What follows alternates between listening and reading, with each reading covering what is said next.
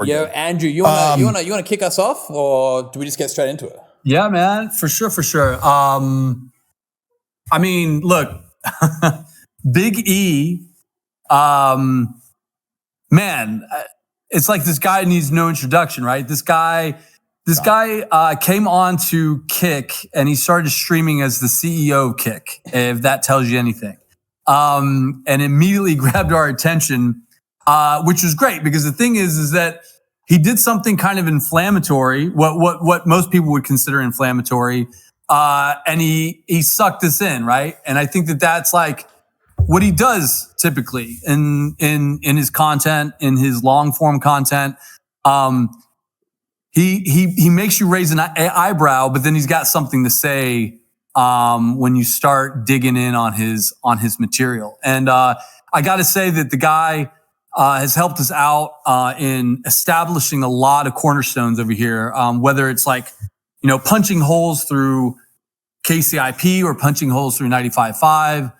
He was one of the first people that we signed, that was not like this megastar, right? That's someone that we started taking interest as, like, we could see these guys as like Kick homegrown talent, right? So we signed Big E, we signed Snow, and we signed Wood Baby. They were probably the first three that we brought over and started warming up into KCIP. But this guy's been, in the same ilk as like Yuppie, right? The same ilk as iGypsy. The same way as like Lucci, where a lot of people look to these guys and as people who are doing it the right way or have good advice. And the thing is that this guy is a complete YouTube apologist. I think that that's what I absolutely love about it, is that this guy cannot get enough of YouTube. This guy cannot stop talking about YouTube. And I think that the guy is a mole. I think that I've been accused from poaching him from Twitch. When what actually happened is that he's a mole over from YouTube. So I'll kick it over to Eddie and Big E, man. But that's what I got for you. We a lot of people have been waiting for this, man, and it's an honor to have you here, Big E, because you've helped us. You've glommed on Eddie's vision, and you totally get it, and you respect it. So it's awesome to have you here, man. Yeah, appreciate the introduction. Big E, before we kick into it, I just got a question for Andrew. Yeah. Andrew, what's up with your background? Oh, you're kind of freaking me out. I was going to ask this too. Yeah. Oh no. I mean, as all of you know, I run Kick. I 100% run Kick. This Andrew banned Ice Poseidon the other day, and this Andrew right here, he runs the entire front page, and then consequently, we just onboarded this Andrew over here, and he is in charge of opening up India, but he's stalemating everything because all of the Bollywood movies that we watch. Wait. And and then this Andrew right here, he's a KCIP gatekeeper.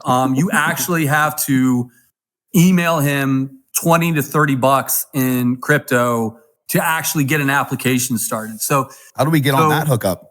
Yeah, I do pretty much everything here at Kick. This is Kick headquarters, guys. Can I, on a serious note, can I ask what you guys think actually like pushes a lot of these? Because for any context, anybody, he's going off a lot of like these Twitter conspiracy theories amongst the community, which I think Eddie's a part of. I get a part of. What do you guys feel like that happens more on Kick? Like why? Because that we never seen that type of stuff on Twitch. You think it's just because like we never seen faces on Twitch for years? I think it's because Kick's more personal, right? Kick has more of like a community feeling to it, right? I think people like, I think honestly people like more invested in Kick. They love talking about it. There's more to it, right? There is faces of Kick. There are people involved in it. There's real people. Right. I don't know. Maybe that's just what happens when it feels like more part of like a small sort of family. It's like, just like any community has like, there's great relationships and there's like people that have their theories and stuff. So I think it's cool. I think it's cool. Like, when that stops happening, it means like things got real big and kind of boring almost. But, again, I think there's some stuff that gets blown out of the water though. I reckon it's a bit crazy. Yeah. Yeah, you got to take it with a grain of salt too, because people are just going to make up shit all the time, anyways, on the internet. Oh, totally. No, but like on a serious note, also, I think look, Kick has grown big time, and I think it became a running joke in the office where it was kind of like, oh shit, we have an entire department for moderation, we have an entire department for KCIP, we have an entire department for all of these things. So, Kick just keeps growing, keeps building, keeps moving forward. And again, I think it's, for me, as long as you can have fun with it, and to Eddie's point, I think for me, the difference is any other platform is not this accessible to. No. Our CEO goes live every freaking week. Like the accessibility, we're active on socials. We're not afraid to take questions. We're not afraid to have a discussion. We're out there on DreamHacks, meeting people. So, and to some degree, Eddie's right. Like this is part of a family dynamic that you're gonna get razzed on every now and then. What does that dynamic look like in 2024? Almost coming in 2 years. Like, where is the staff of everything? So like you mentioned moderation. Andrew, did you say you're traveling for like moderation right now to go to the moderation? Like where is the employment of Kick in its entirety? Like where do those levels sit right now where you guys are, like as a platform? If that makes sense. I think across the whole team, it's well over 100 people dedicated solely to Kick nowadays. So obviously you got 24/7 moderation, front page, KCIP, verification, all those functions running 24/7. It takes quite a lot of resource. Then we've got engineering here in Melbourne. We've got community management here in Melbourne, partners team here in Melbourne. So there's a lot going on. There's a lot going on. Well over 100 people purely dedicated to Kick. Probably coming up to almost 150 now, I think. So it's growing a lot. Actually, probably more than 150 when you include engineering too. So it's compared to a couple of years ago where it was, I think about 6 or 7 people were purely dedicated to Kick, with a couple of people like myself who kind of split their time between Stake and Kick. But it's definitely getting bigger. That's what I was going to ask. How does that split look now? How does, because you guys, I've never really like understood the staffing of stuff. You guys clearly have different Kick staff from Stake staff, but were there any employment that had to, like, I look at you as an example. You clearly are invested into both businesses, right? And you go hard on both. It's not like you're like, well, now that Kick's here, I kind of back off on Stake. Well, now that Stake has a good quarter, I got to back off of Kick. Is there anybody else at the business that has like that much pressure? Do you feel like where do you feel you are with like employment and stuff? Do you feel like you're slacking? Like, what are your thoughts on that? I think I'm probably the only person who's across both. Actually, maybe there's probably two or three other people max who are across both Stake and Kick, but otherwise it's all independent roles, right? I think they're very, very, very different companies, very, very different goals and objectives. Me personally, I love both Stake and Kick, and I think I've got enough time and ability to be across both operations. I think we're very fortunate to have really great sort of management positions at Kick and at Stake. So most of the day-to-day are very, very much autonomous. So but pretty much every staff member you deal with, their sole job is either on sort of one or the Kick. other. We try to keep that very separate. I think it's important. It's important to keep them separate. Yeah, bingo. Do you feel like you're? Because I mean, I think it's blatantly obvious that you guys have stated multiple times that like that the growth last year was such an alley-oop from Twitch and just culture, and it happened like faster than what you guys realized. And I feel like you obviously caught up as much as you can at a certain point, but do you feel like at all like staffing is an issue? Do you feel like even though you have the staff you have, is there any red flags on your end of like needing more staff, needing different teams, building different locations? I mean, I know we throw around America a lot, and I'll obviously like harp on you about that, but like even Latin America is killing it. Like, what do you guys have going on over there right now to like, alley-oop that success and the Spanish, culture coming over to Kick? Because it's dominating right now, right? Yeah, no, Spanish is huge. I think Spanish is kind of almost toe to toe with the English market when we look at like viewership hours, number of streams. There's a lot of big names from the Spanish market. So, we're certainly looking to expand out the team sort of supporting the Spanish market, that's for sure. But, in terms of your question around like staffing and stuff, I think that's one thing that we're very, very particular about. We're very much, careful not to overstaff, right? I think, it's very easy for companies to kind of go like all out, hire a bunch of staff and then be like, fuck, we're not making money now. We kind of need to lay like a whole bunch of people off, or we need to start like, cutting costs here and other ways of, keeping revenue up. So I like to think we're very efficient with staffing. Same way, even on Stake, right? Stake, for example, is, by traffic, the largest gambling site in the world. There's some competitors that are half the size of Stake with literally 20 times more staff than us. That's insane. It's just how we operate. We operate as a lean team. I believe in efficiency. I think the whole team does, top to bottom. You don't really throw people at problems. I think you throw, you got to think outside the box. You got to think of solutions. You got to think of ways technology can aid you, the ways better processes can aid you. So, I don't think we ever feel that strain too much. Don't get me wrong. We've certainly been under the pump. I think, last year especially, there were points when things were blowing up way quicker than we expected and the team was stretched real thin. But I think we certainly want to take it slow and make sure we bring the right people on board and ensure that operations are running as efficiently as possible before we start just throwing bodies at the issue. Because at the end of the day, this is a business, right? And a business needs to long term be sustainable.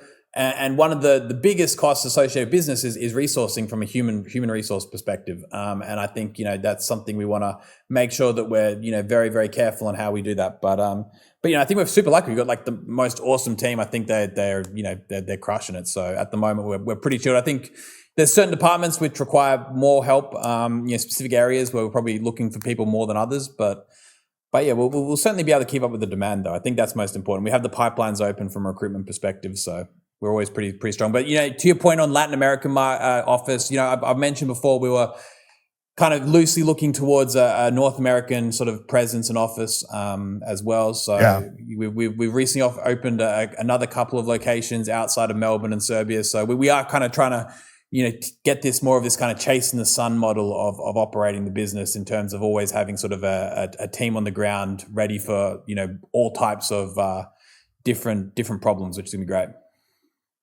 That's what I was going to ask. Like, where's your head on? Because like, I know you're from like, based on some previous talks, like you're pretty like strong about making sure you make some dominance in the tech space in Australia too, right? Like you really want to keep as much as you can there, correct? I don't think we're married to that, right? I think we're certainly looking to at the end of the day, the company is headquartered out of Melbourne, right? So that's where the vast majority of the executive team sits. That's where most of the decisions are made. It's just, the nature of the business, right? It is a Melbourne company. So, it is best if we have certain divisions located in Melbourne. I think it is easier to work there sometimes. But, with that said, I think that there's more people located in Serbia than Melbourne nowadays, actually. So we've got a huge team out that way, which is completely, autonomous and able to really scale things up.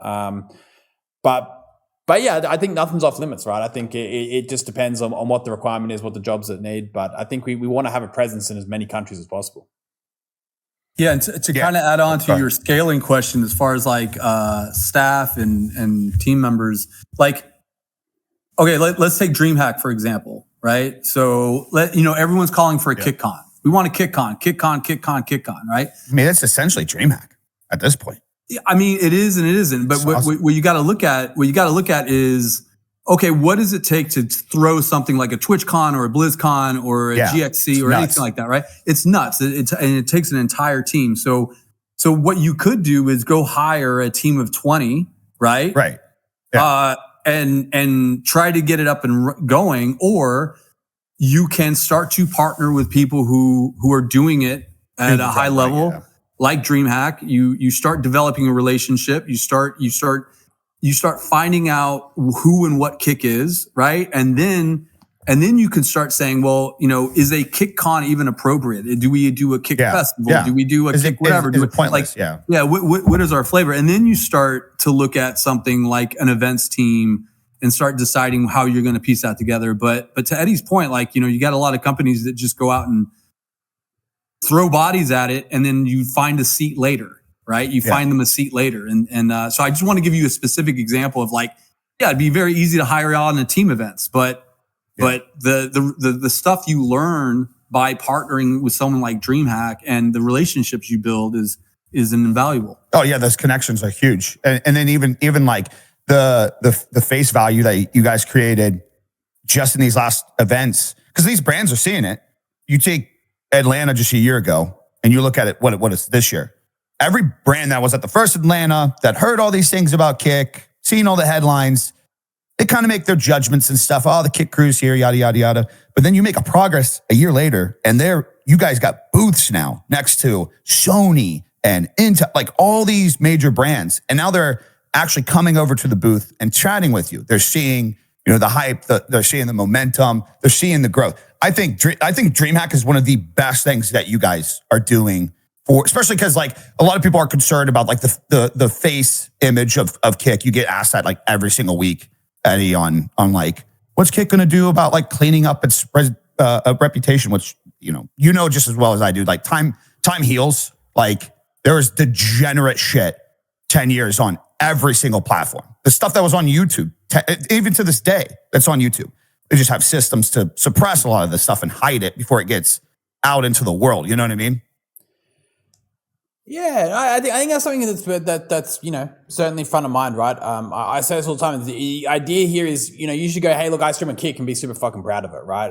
There shouldn't be any kind of negative connotations I saw this thing about, hey, look, Kick runs rampant with these bad things. But again, it's something we're working through. I think finding the middle ground on what we want the platform to be, right? And I think we're quickly realizing where that line is and how we want to define that. And I think we're making some really good steps in that direction. I must say it's hard being a social media platform, right? It really is content moderation. Yeah. It's tough. It's trying to find sort of, where you want to sit in the scheme of things. I like to think that, Kick is certainly some place where you can, enjoy making a whole range of content well and truly outside the bounds of what might be available elsewhere. But, again, it isn't meant to be kind of this degenerate playground, right? So it's finding that, it's about finding that balance, right? And I think, we're working through that. And, as you said, with the likes of the, partnerships with DreamHack, I think they've been incredible, right? They've been great. You've been to a couple of those, right, Big E? Yeah. I've been to 3 now. Yeah, the Dallas really? and both Atlantas, I think. Yeah. Which one was the biggest one? So Dallas last year was huge just because I don't know if that's typical Dallas. That was the first time I'd been to DreamHack Dallas, but they had an insane CSGO event last year.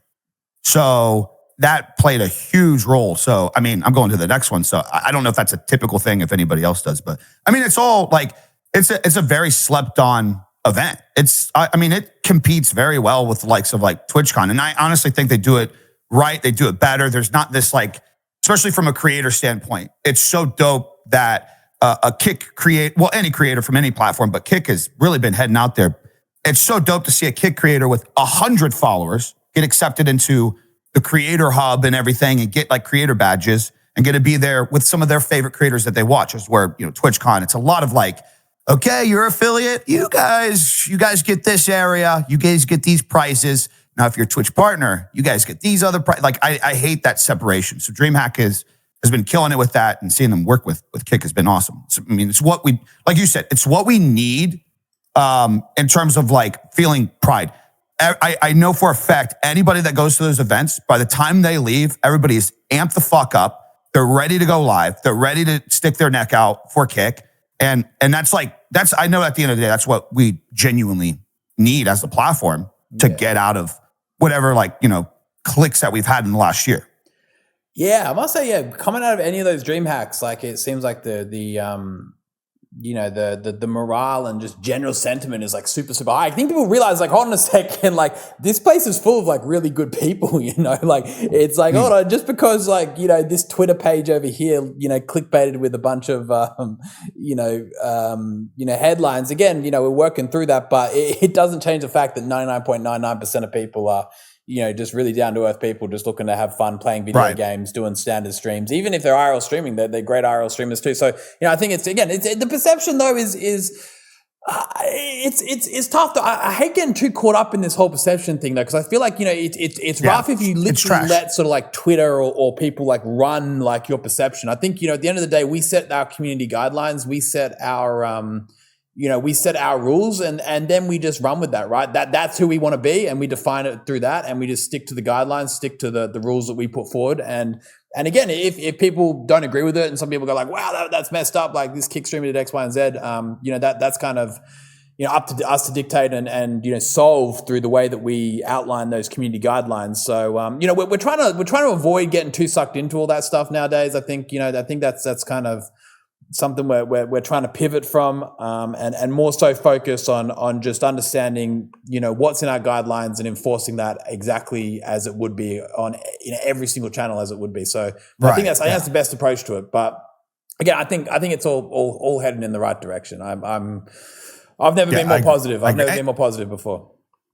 You're never going to make everybody happy anyway. Like, seeing all the Aiden Ross stuff and all the conspiracy going down with that right now this week, everybody on Twitter about that. It's like, it's so ironic.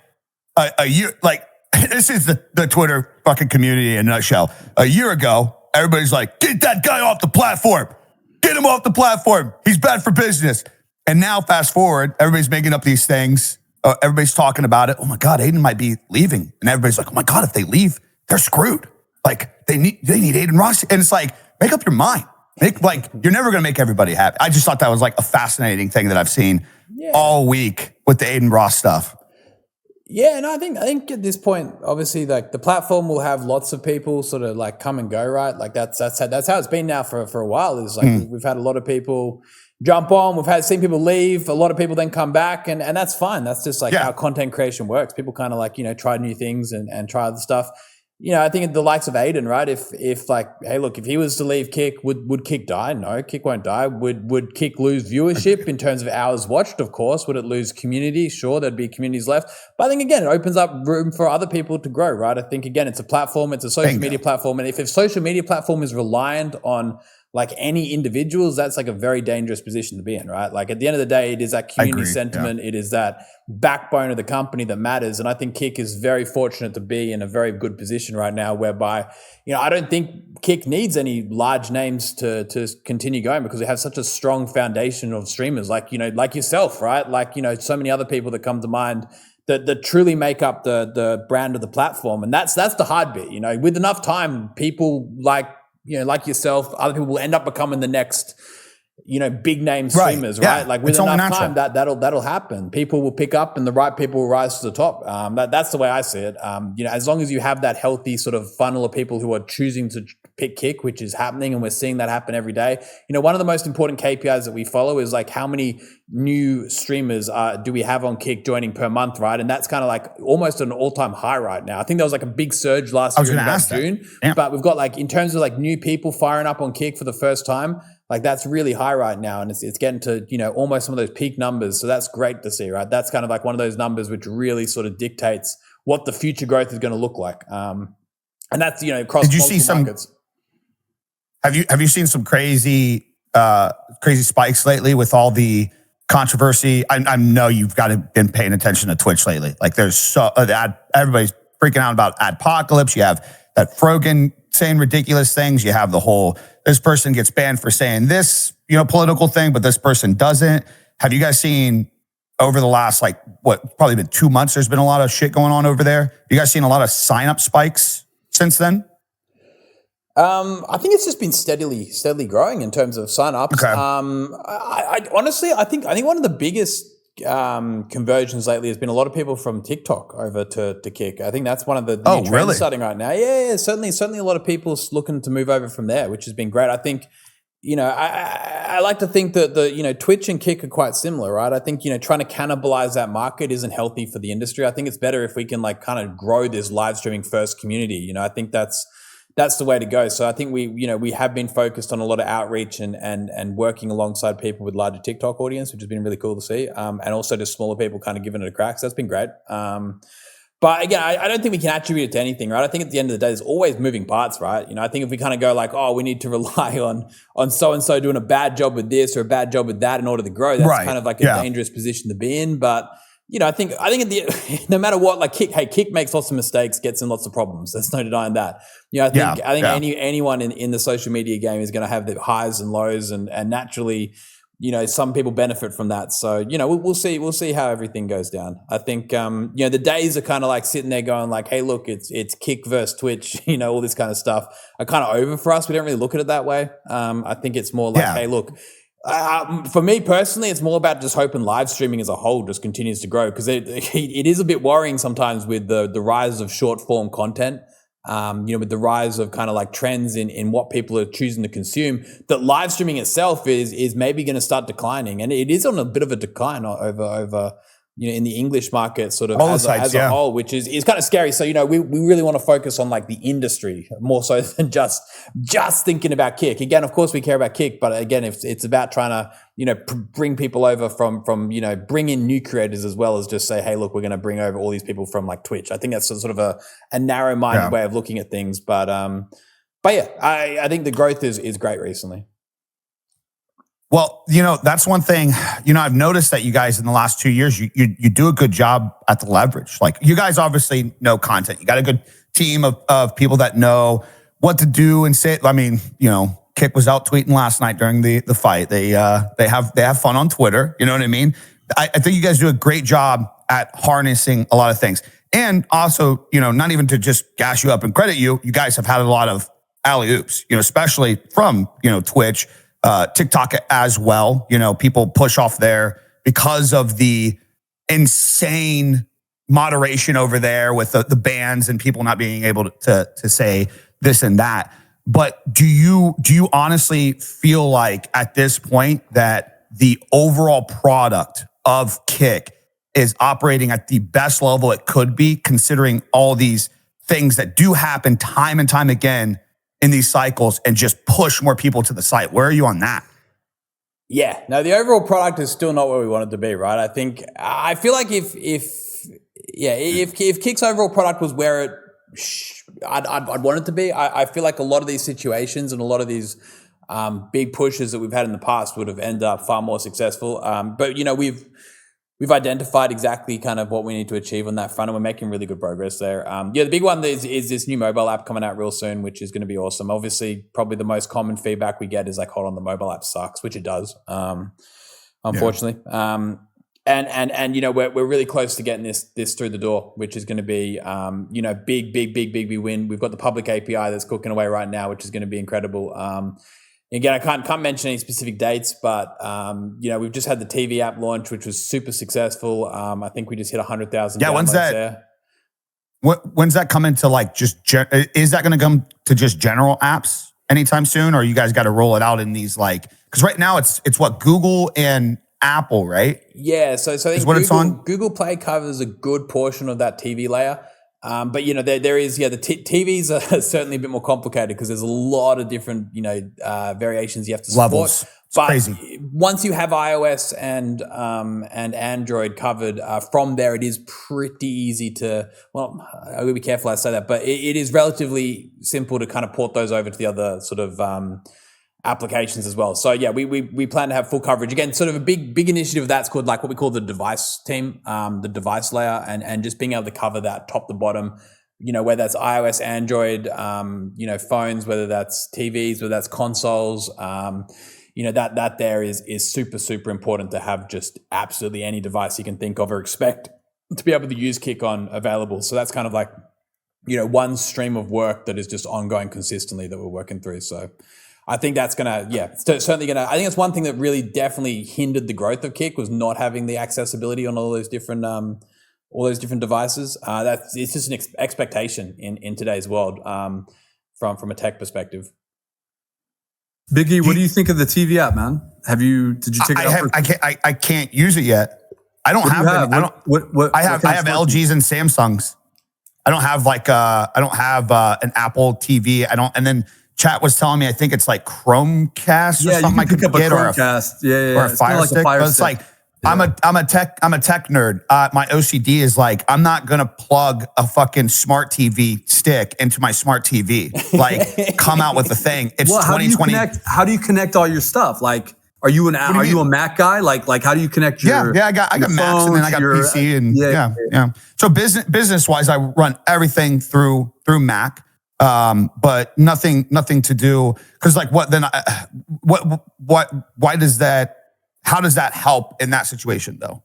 Like me just having like Mac devices or anything, because I still have to have Apple TV, right, to use it, or is there another way? Yeah. I think that's the thing. The thing is that we chose obviously Google or Apple because it's a massive swath, right? Like if I have Apple product, I'm probably going to have an iPad. I'm probably going to have a laptop. I'm probably going to have Apple Music. It just it just ties in everything. It ties into the environment that they've created. But to Eddie's point, it makes it a little easier to port into like Roku, right, or your Samsung, or all those other things. For me, man, I've seen the most out on socials. I've seen Roku. I've seen a call for. Apparently, Roku goes into a lot of different stuff, like Samsung, like, TLC. There's you can get the stick, and it's like Roku TVs, right? Yeah. So everything's a stepping stone, right? Everything's a stepping stone into if the TV app looks this clean on Apple and on Chrome, then that same quality is going to be carried over into the into the next line of product. Do you guys ever like get stressed, like as an outsider looking in, and like I know I get a little bit more involved in like the tech side of stuff, and I know it's boring and pay attention to some of these businesses, and like you've mentioned with YouTube and everything. I just think it's fascinating. And like for me, a red flag that I see is talking about the staff, as a creator, still seeing. I know you guys are young, but at a certain point, we got to move on from small kid face. Like it's big boy time. It's you're trying to compete with these people that have been around for 10, 15 fucking years with billions of dollars of investment themselves. Do you guys ever feel like you're wearing yourself too thin in trying to do these things, because they do appear constantly buggy after a result? Does that make sense? Like, okay, we got the mobile app. You did come out with it, but it was such a delay after the hype. KCIP, it did come out, but it was like, it took like 6 or 7 months after like the initial, like, we're going to make this happen, which is great from like what you're doing. But like you clearly you see like in that amount of time, Twitch says, oh shit, well, why don't we roll back this idea of taking 50-50 from everybody and run this new campaign of throwing everybody through a fucking 3-month loop of grind, work hard, go get more subs. And hey, maybe if you hit this stupid fucking threshold of ours, we'll give you 70% of your hard-earned revenue over there. Do you guys ever feel like that? Does it ever piss you off that you have a great opportunity and then these guys just come along and say, thanks for the idea, shithead. We got more staff. We got, American team. We got all these people, like maybe overstaffed, absolutely. But you ever get like that grit where it's like, fuck, man, we could have really capitalized on this if we had more. We had a bigger team, more locations. At the end of the day, right, we want everything done today. Like, don't get me wrong. Like, we're not sitting around going, that can wait. Like, we want to see everything that we've kind of planned out and roadmap for finished immediately. And to begin with, right, we did take that approach with Kick when it was in its very early stages of just trying to push through code, get updates out quickly, and that was great. It got us to a really great position early on, but ultimately it wasn't to the highest quality. And as you mentioned there, the app, for example, that app that we currently have was something which we relaunched last year, and it was launched very quickly to meet that demand that the community kind of put on us. again, I think it was the right choice to make to get something out quicker than not have an app for say a year. Of course. The moment we got that out, we started working on what is to be our kind of, long-term forever app, right? I've, coded from the ground up. In terms of resourcing, right? It's, with tech, it is, with tech, it's complicated. It's not like you throw 100 people at a problem and it gets done faster. Tech doesn't scale like that. It doesn't scale like traditional industries. Like you have to be very surgical in how you scale out a technical team. How that kind of works with product, how that kind of resonates with the vision of what you're trying to build. It is certainly a different sort of ball game, but don't get me wrong. We want to scale that bigger and bigger and bigger and be able to tackle those problems. I think a larger tech team is really great for things like, reliability, monitoring, enhancing sort of DevOps. Like there's a lot of areas of tech that more people works better. But, in terms of kind of, this feature parity that we're talking about, creating an incredible user experience, a lot of this does bottleneck down to certain areas which can't be solved with just throwing bodies at it. But like you said, it's got to be the right bodies, right? Yeah, it's very much it is the right bodies, especially when you're very particular about how you want something built. But yeah, our goal is, we are a tech company at heart, right? And having those abilities to be able to move really, really quickly and have the right team in place to tackle the right problems is great.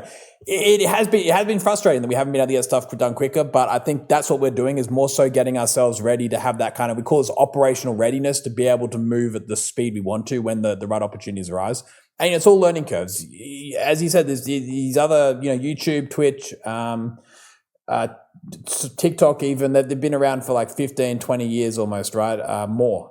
So they've got, a huge backlog of technology, huge backlog of incredible developers that understand it. They've got great systems in place on how to scale that out. It's stuff that we've had to put in place from the ground up. That's the big thing about Kik because we don't outsource anything. Nothing is outsourced whatsoever. Everything is built from the ground up in-house. Like, ultimately, there'd be shortcuts we could take, right? There's a lot of shortcuts we could take, but that's not a long-term solution. It comes back to this idea again. I always think sort of, the whole team here always thinks, what's the next 2, 5, 10 years look like? It's not like, hold on, what does tomorrow look like? It is about taking this long-term outlook. But absolutely. Hey, to answer your question, man, it does suck that you can't be like, boom, I want this and it's up and ready. We're working on scaling things up, but it's about having the right process in place. The right foundation is really core at what we're trying to do. Are you finding at all?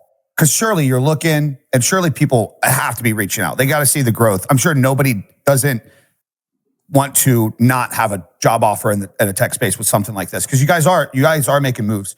You find it pretty common of like, man, if we had the right person for this position, but they live in this part of the world and we can't get them in the areas where we currently have. You guys ever like run into that problem?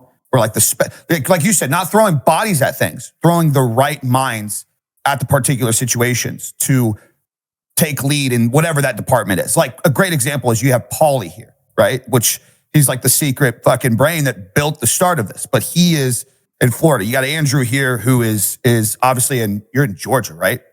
Typically, right, Andrew? San Fran.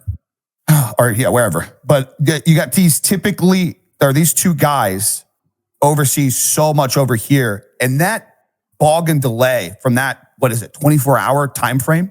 What's the difference between Cali to Aussie? What's the time difference? No, you're thinking of traveling, man. It takes 24 hours to travel. I think it's like a 12-hour. I think it's like a 12-hour, 13-hour difference. Yeah. And by the way, like fucking daylight savings time wrecked me. Yeah, fuck you. Between the two. I literally went to bed fucking like 6 hours ago because of the fights last night. And this guy contacts me at 6 in the fucking morning. Hey, my bad. Miscommunication, daylight savings time. Okay, that's like, let's use that. Well, let's use that right there. It doesn't readjust itself until April. I know. But let's use that as a great example of like what I'm trying to ask. Because I think it's one of your guys' biggest problems. That fucking buffer, like Crow brought it up on the thing. The tech industry doesn't move at the same pace relative to time. The best way to explain this for anybody to understand is most people watch the movie Interstellar. There's that one planet that has so much gravity that when you're on it, it's like fucking years pass for every hour that you waste there. That's the fucking tech space. when somebody has a crew in America, in different parts of the world, and they have the bodies and the minds, they have both. When a problem needs to get solved, boom, it's knocked out. And then when you can't solve that problem, when you try to figure it out, I'm sure you have to be seeing this on your end. When you try to do that yourself with your staff, that fucking time frame isn't just, oh, you're a month behind. Now you're a fucking year behind because you got to play catch up in the technology that you have. You got to fix the bugs that you already have. I mean, we're 2 years, no API. We still got chat crashes left and fucking right. I still got notification issues. These are the real problems on Kick. I don't give a fuck about what are you doing to push people on the fucking front page? I don't care about the clickbait shit. The quality of the product is the most important thing. When we get these big brands over, we get these big names over, and you get Weston Chaplin, who's got 3 million subs on YouTube, and people are used to that fluent piece of tech where they just come, they consume, and the next thing you know, they're coming to Kick on their own accord because they heard great things. They can do all these things. Next thing you know, 50% of the people can't even operate the fucking chat on the mobile app. Like, at what point is it clear that buffer fucks you? Like, are you stressed about that? Or like, I guess I want to know for my own peace of mind that surely I know you're a smart guy. I think people just don't understand how well you built your business. But I know you're not that ignorant to see that these are huge red flags, right?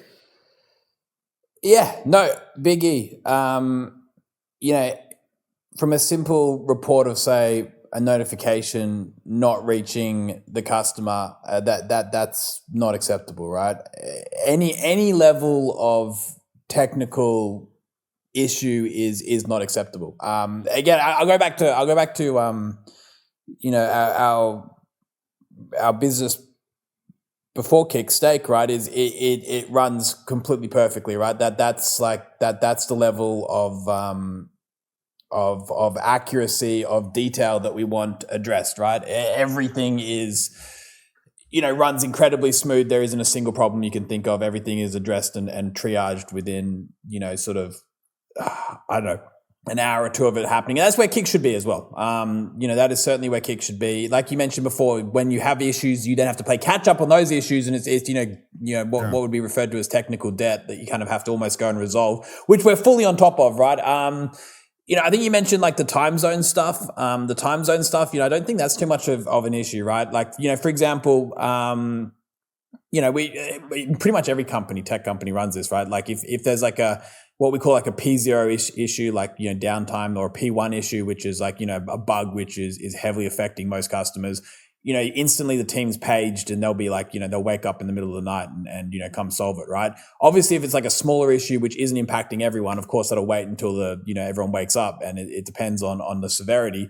Again, what you mentioned before, in terms of just like the quality of life, the application, or, any kind of bugs that you're facing, I think that's all being actively worked on and is in a really good position. I'm incredibly confident. Obviously just knowing, where Kick could be if it had that technology in place from the get-go is obviously, a little bit upsetting. Like I certainly look at it and go like, fuck, maybe what if we waited 18 months, got the team fully ready, had the app completely ready, had everything good, and then went full steam ahead. I sometimes think, hey, look, what if we did that? But I don't think that would have been the best way to go. I think we seized an opportunity, right? We seized an opportunity at the right time when, Twitch suddenly moved down to 50% rev share. People were like pretty upset about that. Kick came in and it was the right time, the right place, and it blew up very quickly. I think if we sat back and waited 18 months or 2 years or 3 years to build everything perfectly, then I don't think the time would have been right. So, there's no regrets on that front.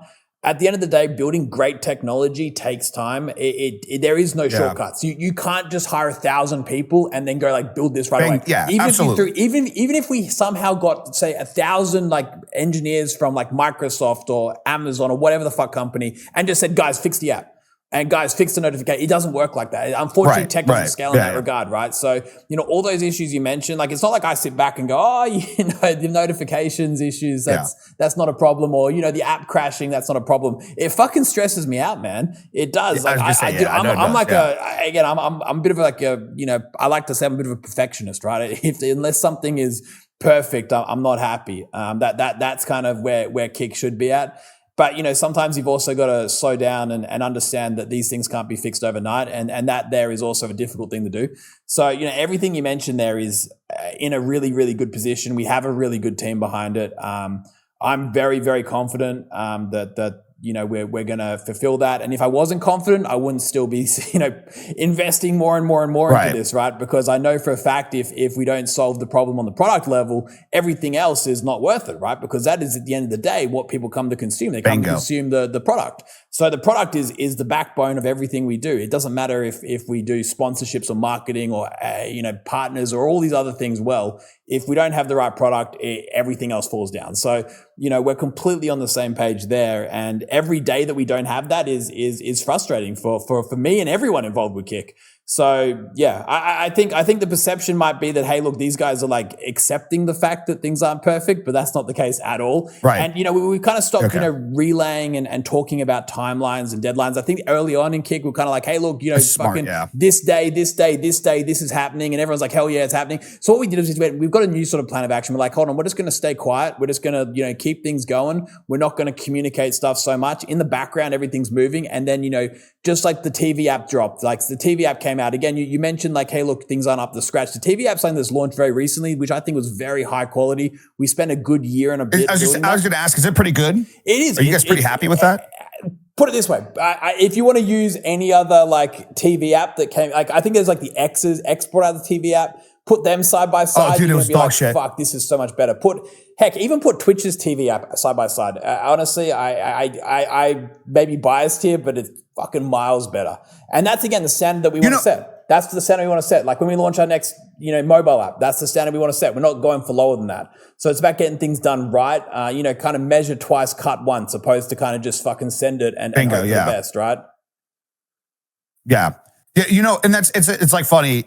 I know I gash up YouTube a lot. I just think it's one of the easier transitioning platforms for new people because of the algorithm. It's just one of the most simple things. But it's like what you just said right there.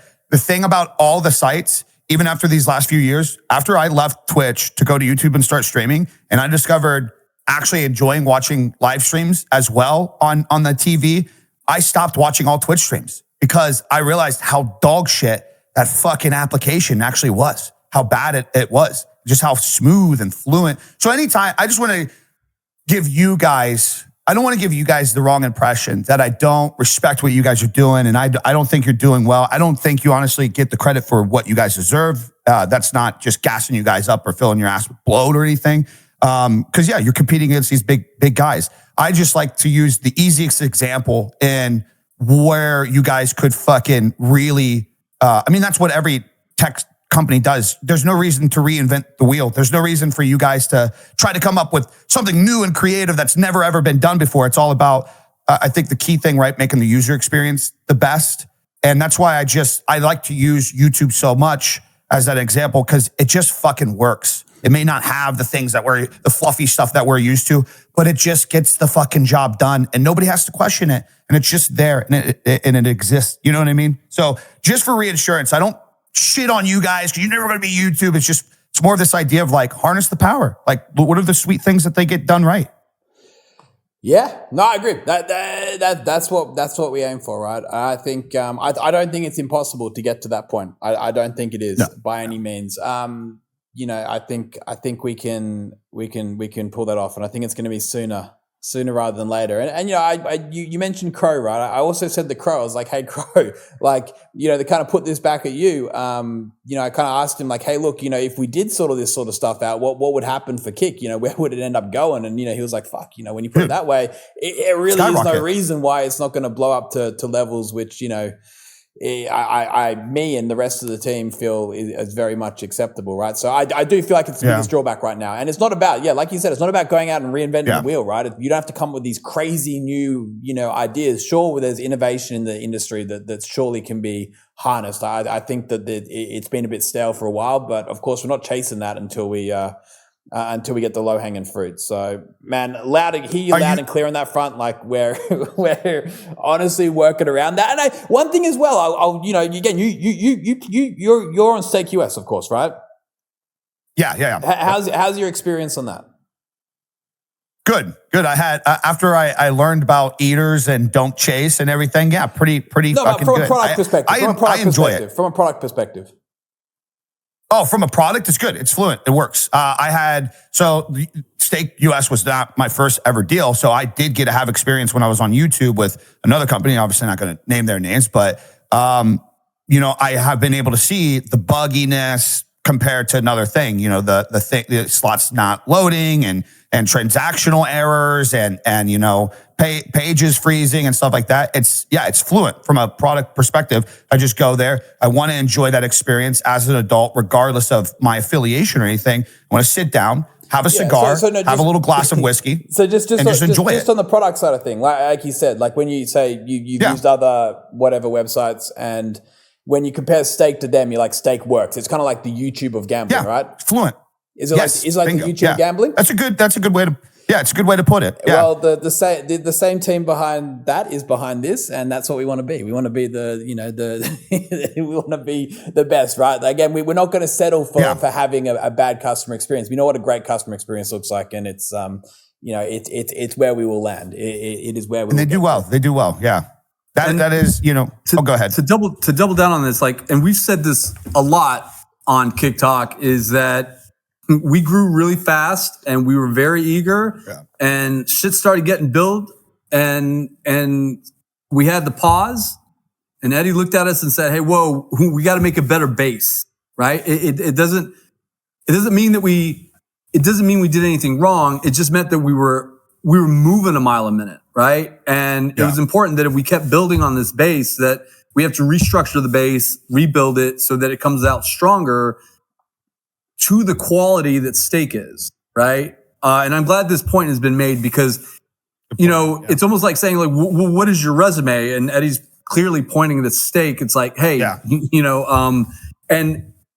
I 100% agree with that as a person who is new to the EasyGo ecosystem, relatively new. I know I'm 2 years in, right? But that's the same one thing that I kept pointing to when I was evaluating whether I wanted to leave a company like Amazon and come over here. I was like, holy shit, these guys are cooking in a space that is absolutely booming, and they're leading it, right? And so from a family man and a businessman perspective, it gave me a lot of confidence to make a move where a lot of my coworkers were like, are you crazy? Are you nuts? And it's kind of like, wait a minute, like, look at the product that they've been putting out. And so I just want to give it a different side to this, that pausing, resetting, and then looking at something of what the TV app is now and what Steak is, that's just a prelude of what you guys can expect. Yeah. Because I think a big thing that a lot of creators are catching on to, and I think it's which side note, I told Andrew by the first time we've ever had a conversation, I don't know if I've ever mentioned this to you, Eddie. I feel like your guys' biggest challenge in the terms of a creator standpoint is every creator's lost trust in platforms.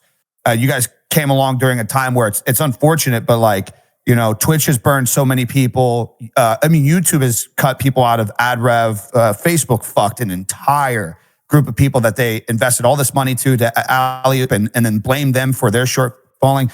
Your TikTok fucked so many people over with gassing their shit for the inflation of getting the rush of dopamine to make that app go viral, and then just absolutely shutting people's pages down.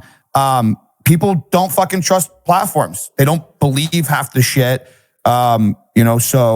Which is unfortunate. But I think that's really from a creator standpoint, one of the things that you guys have the biggest challenge.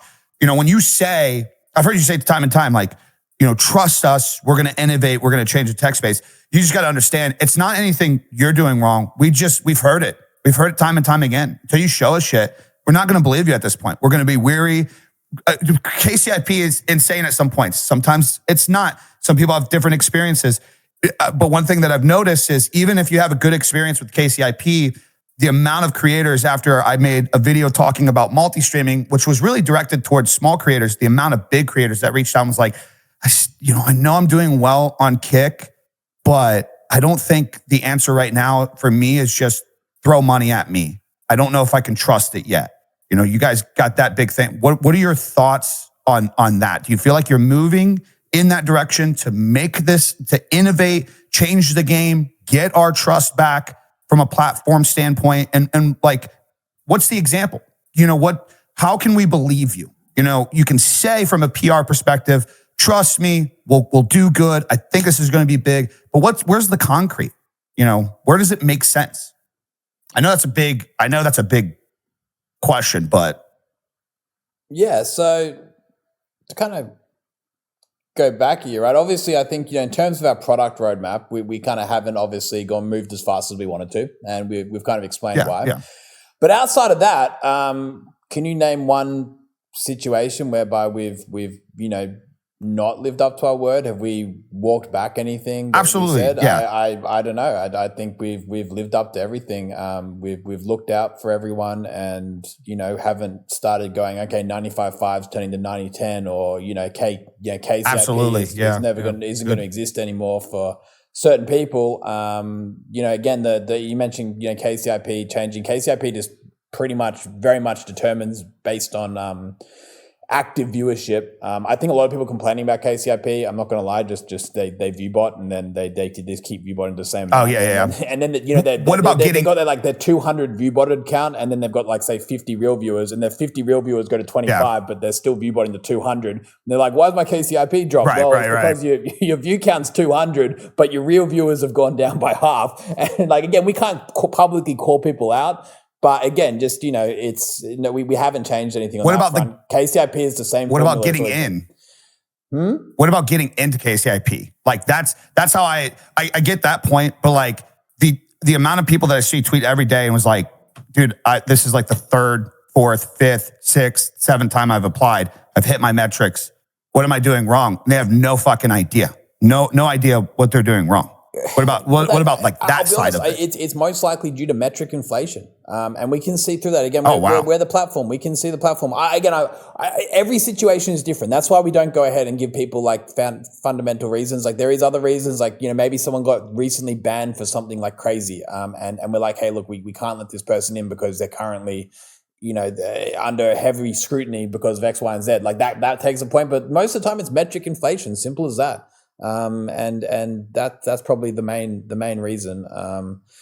But again, I'd love to add more transparency around that. I think it'd be great. I think, open and transparent communication is the key to trust, right? Like those, that is how you build trust with the community in this sense. And I think if we can do a better job at communicating that to people would be great. But sometimes it's just tough, right? It's just tough when you've got, say, people coming through with a whole bunch of view bots and chat bots and stuff, and they're applying for verification, and we just got to turn them back. Again, it's not like, hey, fuck off, we're banning you. It's just like, please just do the right thing and don't try to cut corners, and you'll get there eventually, right? But again, there's a whole multitude of reasons as well. But we want to verify. We want to get as many people in KCIP as possible. That's like one of our main metrics of success right now is getting as many people through the door. So, it's in our best interest to let as much slide as possible. But at the same time, we also have to protect the authenticity and the value of stuff like verification, and also ensuring that we do have those standards on KCIP that's fair across everyone. So, it is complicated in that regard. But again, you talked about like building trust. I think the way we build trust is by we just continue to not give you a reason not to trust us, right? Like, sure, other platforms have kind of, screwed people over, but I don't think Kick has done that yet.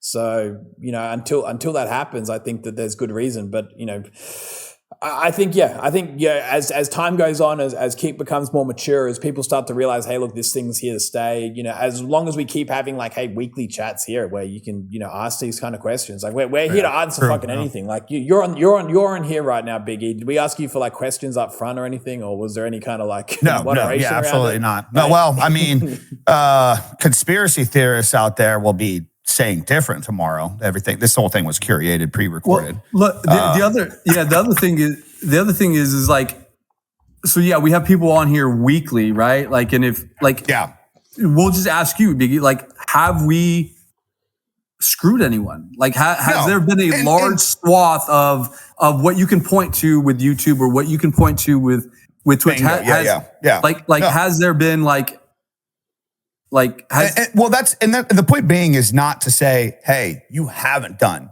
enough yet. I'm more so articulating the concept of like, you got to understand people are just going to, like, they've been in shitty relationships with these platforms time and time again. So they're still weary. They're still going to create, human beings self-sabotage all the time.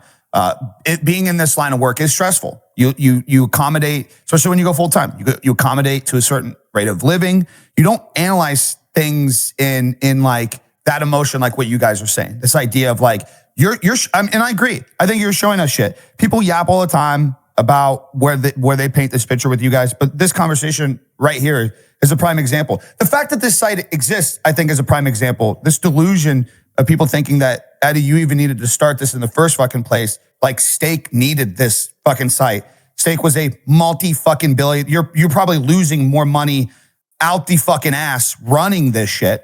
Sometimes I don't even know why you fucking do it and get all the backlash, but you're built different. That's fine. So like, I get it. And that's why I had my back off phase where I'm just like, dude, I mean, it's going good, but like, I don't want to rely on this. That's the Twitch fear. I don't want to fucking rely on this and them come out with a shitty update, then them tell me that you're going to take more of my shit. And I believe you, but like, we've been fucked. We've been cheated on by our platforms. We've been belittled. We've been shit on. So it's like, it's not necessarily you guys fucking suck. Prove it to us. I know you are, but just from a creator standpoint, it's going to be a slow fucking build. You know what I mean? Like, it's going to be a slow journey. Yeah, I think that's it. I think we came into this live streaming space. I'm not going to lie, we'll probably be a little bit overconfident. We're like, oh yeah, it's easy. You just kind of like, build a website and maybe sign a few big names and all that kind of stuff. Like, but it's not. It takes time. The reality is, it's been a long time. It's been like over like a decade probably since a new like social media website has really taken off. I guess TikTok has kind of come off the English market in the last 5 years, but they've been around for 15, right? But it really has been it's been over a decade. I don't think anyone has actually managed to break in as like a competitive social media site in a long time. So it is an incredibly hard job, and the only way to get through it is through time. I think time is the only way that will tell. Right. You need time to build that trust, to reinforce that, hey, this is these are our values and this is what we're sticking to. So I think ultimately it comes down to us to just continue doing right by you guys. I think that's the only way. That's the only way we're going to win over that trust.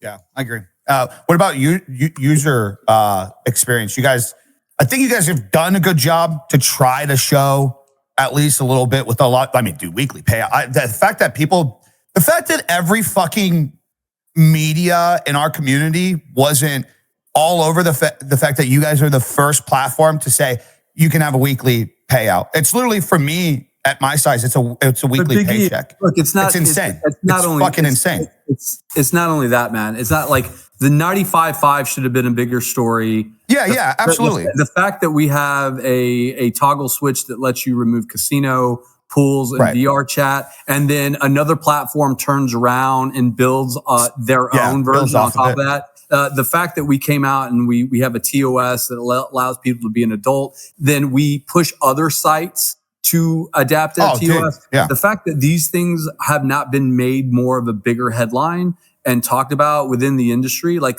this keeps going back and back and back and back and back. But there's going to come a day, man, when Kick is in its prime, where people are going to start looking back and people are going to start writing articles on this. People are going to start lauding the cornerstone pillars, whatever you want to call them, that has been developed here. KCIP, when it was launched, man, like, again, that stuff not as celebrated. It's celebrated within the community, right? It's celebrated within the inside baseball stuff. Like everyone, all the creators know about it. And everyone, when I'm IRL, people pull me to the side. They want to learn more about things, blah, blah, blah. But as far as industry leading, people that are in the back pocket of different conglomerates, they suppress, they don't talk about these stories. They don't talk about the lives that are being changed under KCIP, right? They don't talk about what weekly payout actually does for a creator. If they don't do those things. So and one critique that I might have is on myself, like, or with what I would like our social team to do more of is like, I think we put out a tweet about like weekly payouts once, and then that's it, right? Like, I think internally we should be celebrating that like once a quarter. Yeah. You know, hey, and by the way, we 95.5 is still the best in the market. By the way, I told Mr. Twitter guy himself. I actually love your guys' staff when they come over. But I told Mr. Twitter guy, I know he's going to watch this, buddy. I even said, I was like, you guys need to campaign more. Like every fucking other site in the world doesn't just fucking say, hey, the one-time thing, one-time update. You got to push it down everybody's fucking throat. Showed that it is a piece of product. And in my opinion, I don't know. Maybe I'm wrong. I guess, but yeah, I agree with you. I agree with you on that. I think honestly though, like the way that we continue to look at how we move forward though is, again, I don't think it's about just one-upping competitors and going like, hey, look, we're better than you because we do this. Yeah. It really is like about how do we grow the live streaming space in general. That's kind of like where our mind's heading towards, because we know for a fact in a not so distant future, Kick will have parity with every other platform. Like that's a given. Like that's in my head already kind of like completed. Like next step is like, how do we actually like grow the content creation industry even bigger? Like how do we make it into something better? Like live streaming first. Live streaming is our passion. So, again, it's about kind of like celebrating, hey, look, we got this opposed to these guys and we do better than them. But, again, we want to kind of go, hold on, like how do we get other people like outside of live streaming into live streaming? That's our vision. That's our mission. Yeah. Like our mission isn't to bring people from other industry. Like fuck that. That's a short-term play. Like the long-term play here is to make live streaming into something that it's never been before. So, I think that's maybe why we don't focus on that too much at the moment, because it's kind of been a change of direction in the last sort of 6 to 12 months mainly. But yeah, I get it. Well, to be fair, it probably should be communicated more often as well. There's no reason not to. Are you guys trying to make more of a pivot to really hunker down on user experience to make sure like that side of the quality of life? Because like, again, I think you guys have actually done a good job with creator type things. But, is there any plans on I guess the best way, like you got to use comparisons in this, like you got community points. So you got like, how long has it been since you've been talking about kicks or whatever that's going to be? Or was there like a Giga chat or something at one point that was like teased like a year and a half ago? Like, so what kind of, do you have anything that's coming? Can you say anything that's coming in terms of like the viewer earning the right to be here?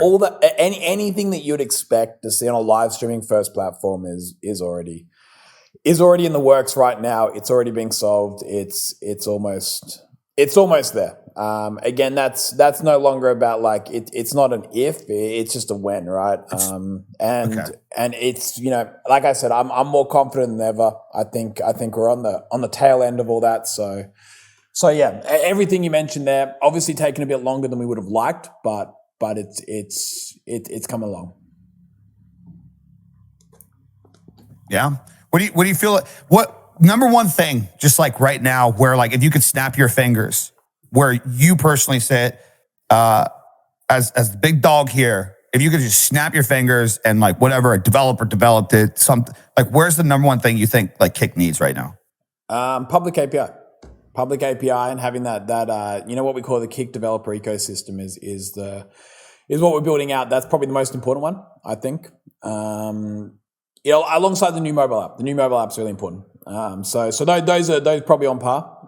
But again, I can't click my finger right now, but it's not too far. Yeah. It's not exactly more that much more of a wait, put it that way.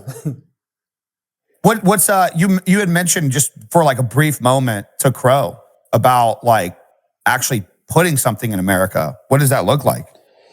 Yeah, no, it's an initiative we want to. Is that just server? Yeah. So there's, to be fair, so in North Carolina is quite appealing to us. So there's a lot of really great iOS, Android. There's great creators in North Carolina too. Well, app development there, the kind of the device layer is incredibly, a whole bunch of talent there, which we kind of zoomed in on and thought that there was a really good opportunity there. So again, I think it's about understanding like, hey, look, what do you want to actually solve through sort of, putting an office or putting a location there. I think if you just go, hey, look, we're going to put a location there for the sake of hiring more people, and then we'll figure out what to do with it, and like just hope that it'll solve the problem, it's probably not the best way to go about it. So it's more about finding a specific issue and pushing towards how that can be solved through a certain way. Nice. Yeah, I'm from North Carolina, so when he said that was something that like resonated hard with me, because I'm like, jeez, what a convenience that'd be. I mean, dude, you let me know. I'll go shopping for you. I'll find the property. We'll put a big warehouse here. We'll do like a Kick Fantasy Factory. You can just have everybody do IRL events there. I just an idea. Just the thought process on that. Yeah. Get on over here. Get a team going over here. Make Paulie have to move up here. Make Andrew have to move over here.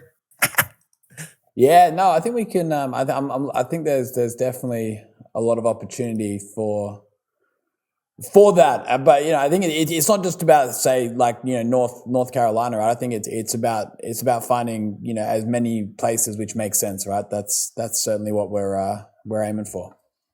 I think it's good. Expanding out, having I think you mentioned this as well, right? As long as there's more people online and available to help solve these kind of problems at a better extent, it's going to be really beneficial. Whether that's in, say, somewhere in Europe, whether that's in North America, South America, resourcing is at the end of the day, what is Kick? It's a bunch of people, right? It's human resourcing and engineers and moderation stuff, and it's the people behind Kick that truly make it. So making sure that we have more funnels, more opportunities to bring great people on board who are passionate about making the website into a better place and passionate about streaming is going to be great. So, I think would be naive if we didn't utilize the opportunity to create something real special out in, North Carolina. I think is going to be a hit. I'm looking forward to that. And it'll give me an excuse to get out there more often, I reckon. And hopefully, come on over. Yeah.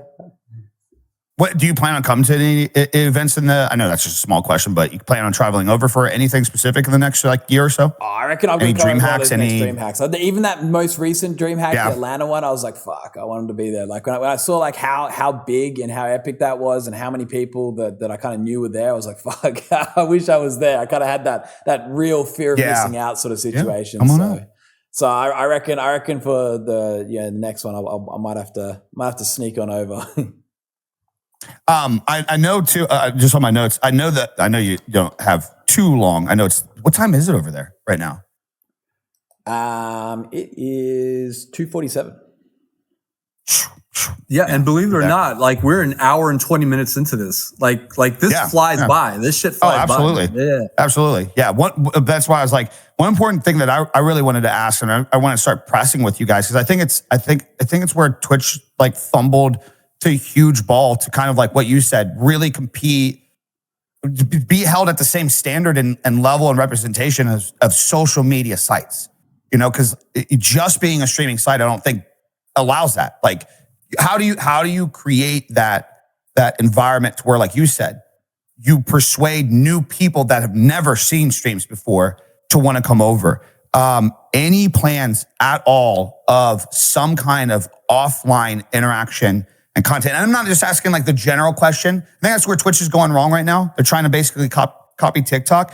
My whole thing is, why does Reddit Reddit and Discord not live on a Kick and a Twitch? Why is there not like, it makes no sense to me.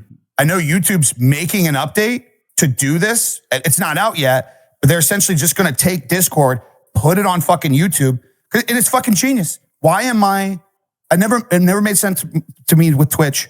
The whole thing is funnel people over. Same thing with Kick. We got to bring people over here. But then to continue this pulse and grow with our community, it's like, hey, go watch a YouTube video. Go join my Discord.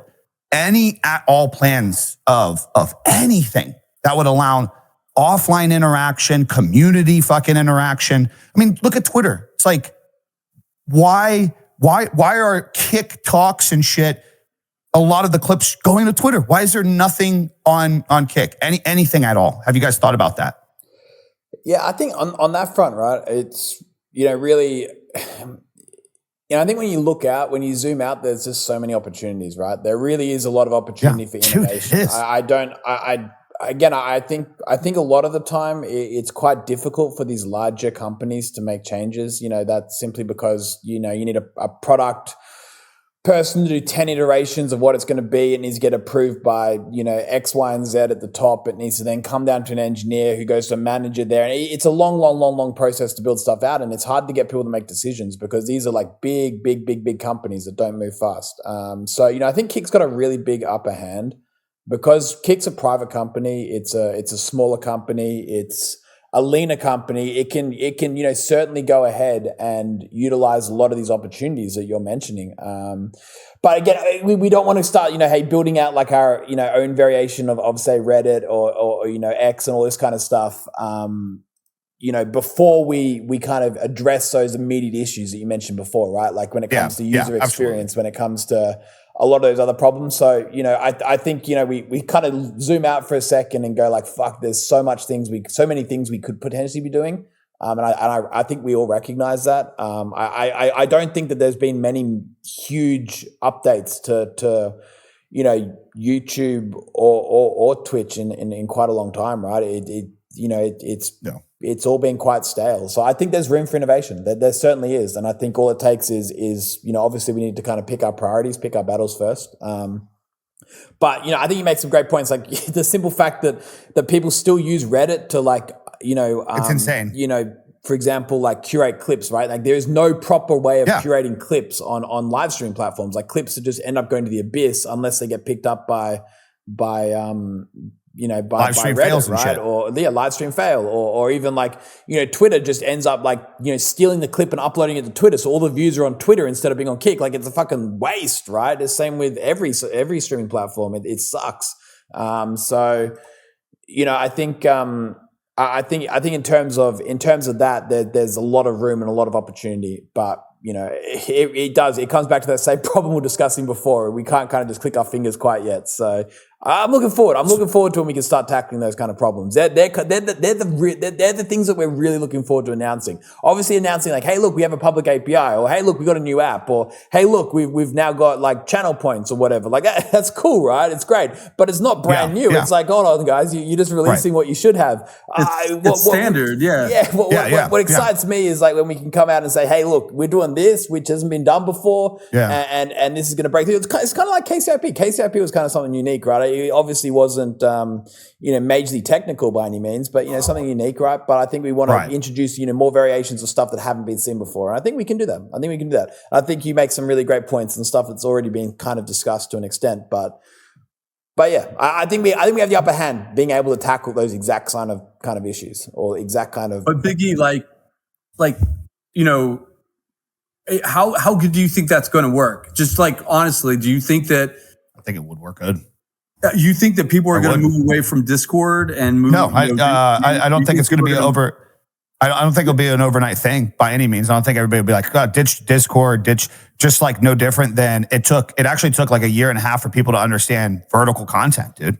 Like people were so like, dude, what the fuck? I'm not going to watch content only on my phone. This is vertical. I like my horizontal stuff. It still took time, but like, I do think you would have a wave of, cause it's just the ripple effect, right? You put it out there, you create the offline conversation on your platform in some way.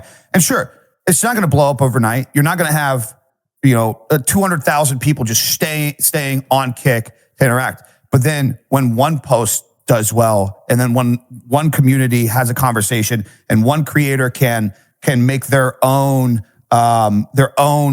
community fucking thing for Warzone tournament and stuff. Wasn't that the same thinking? Like, let's say around Facebook, right? Like, let's say like you rewind 7 years ago, and everyone's posting on Facebook, doing their thing. Facebook's hot, and they're like, why would we not bring in gaming, keep everything here, develop the infrastructure where we just bring in gaming, and then I think the same thing could be said for anyone that looks at something that's being taken off platform. Why don't we just bring it on platform? The way I view things is that everything's a toolkit, right? Like absolutely, the creator has like a toolkit of things, and I just don't know I think you run the risk of things becoming a Swiss Army knife that is not a good tool for anybody, right? Well, Facebook's a horrible example, right?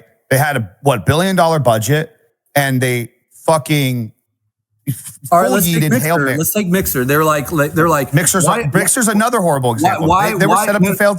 But it's the same thing. So you had Game Pass, right? You had X Games. You had Mixer. You had Xbox Game Pass, and they looked at the situation. They said, "Well, why are all these streamers streaming on Twitch? Yep. Why can't we just bring them over to Game Pass? And what's the gateway to drug for that? It's going to be Mixer." Right. So that's the thinking. So that's the same thing I'm trying to correlate here. Like, YouTube looks at Discord and says, well, why don't we just create our own Discord? It's kind of like, because Discord works and it's got a community and it's the same thing with when Twitch created Guest Star, right? It's kind of like, why are you creating Guest Star? Everyone uses Discord to bring all their calls together, Well, I think there's a deeper context to that. They created they create those things because they don't want you to leave.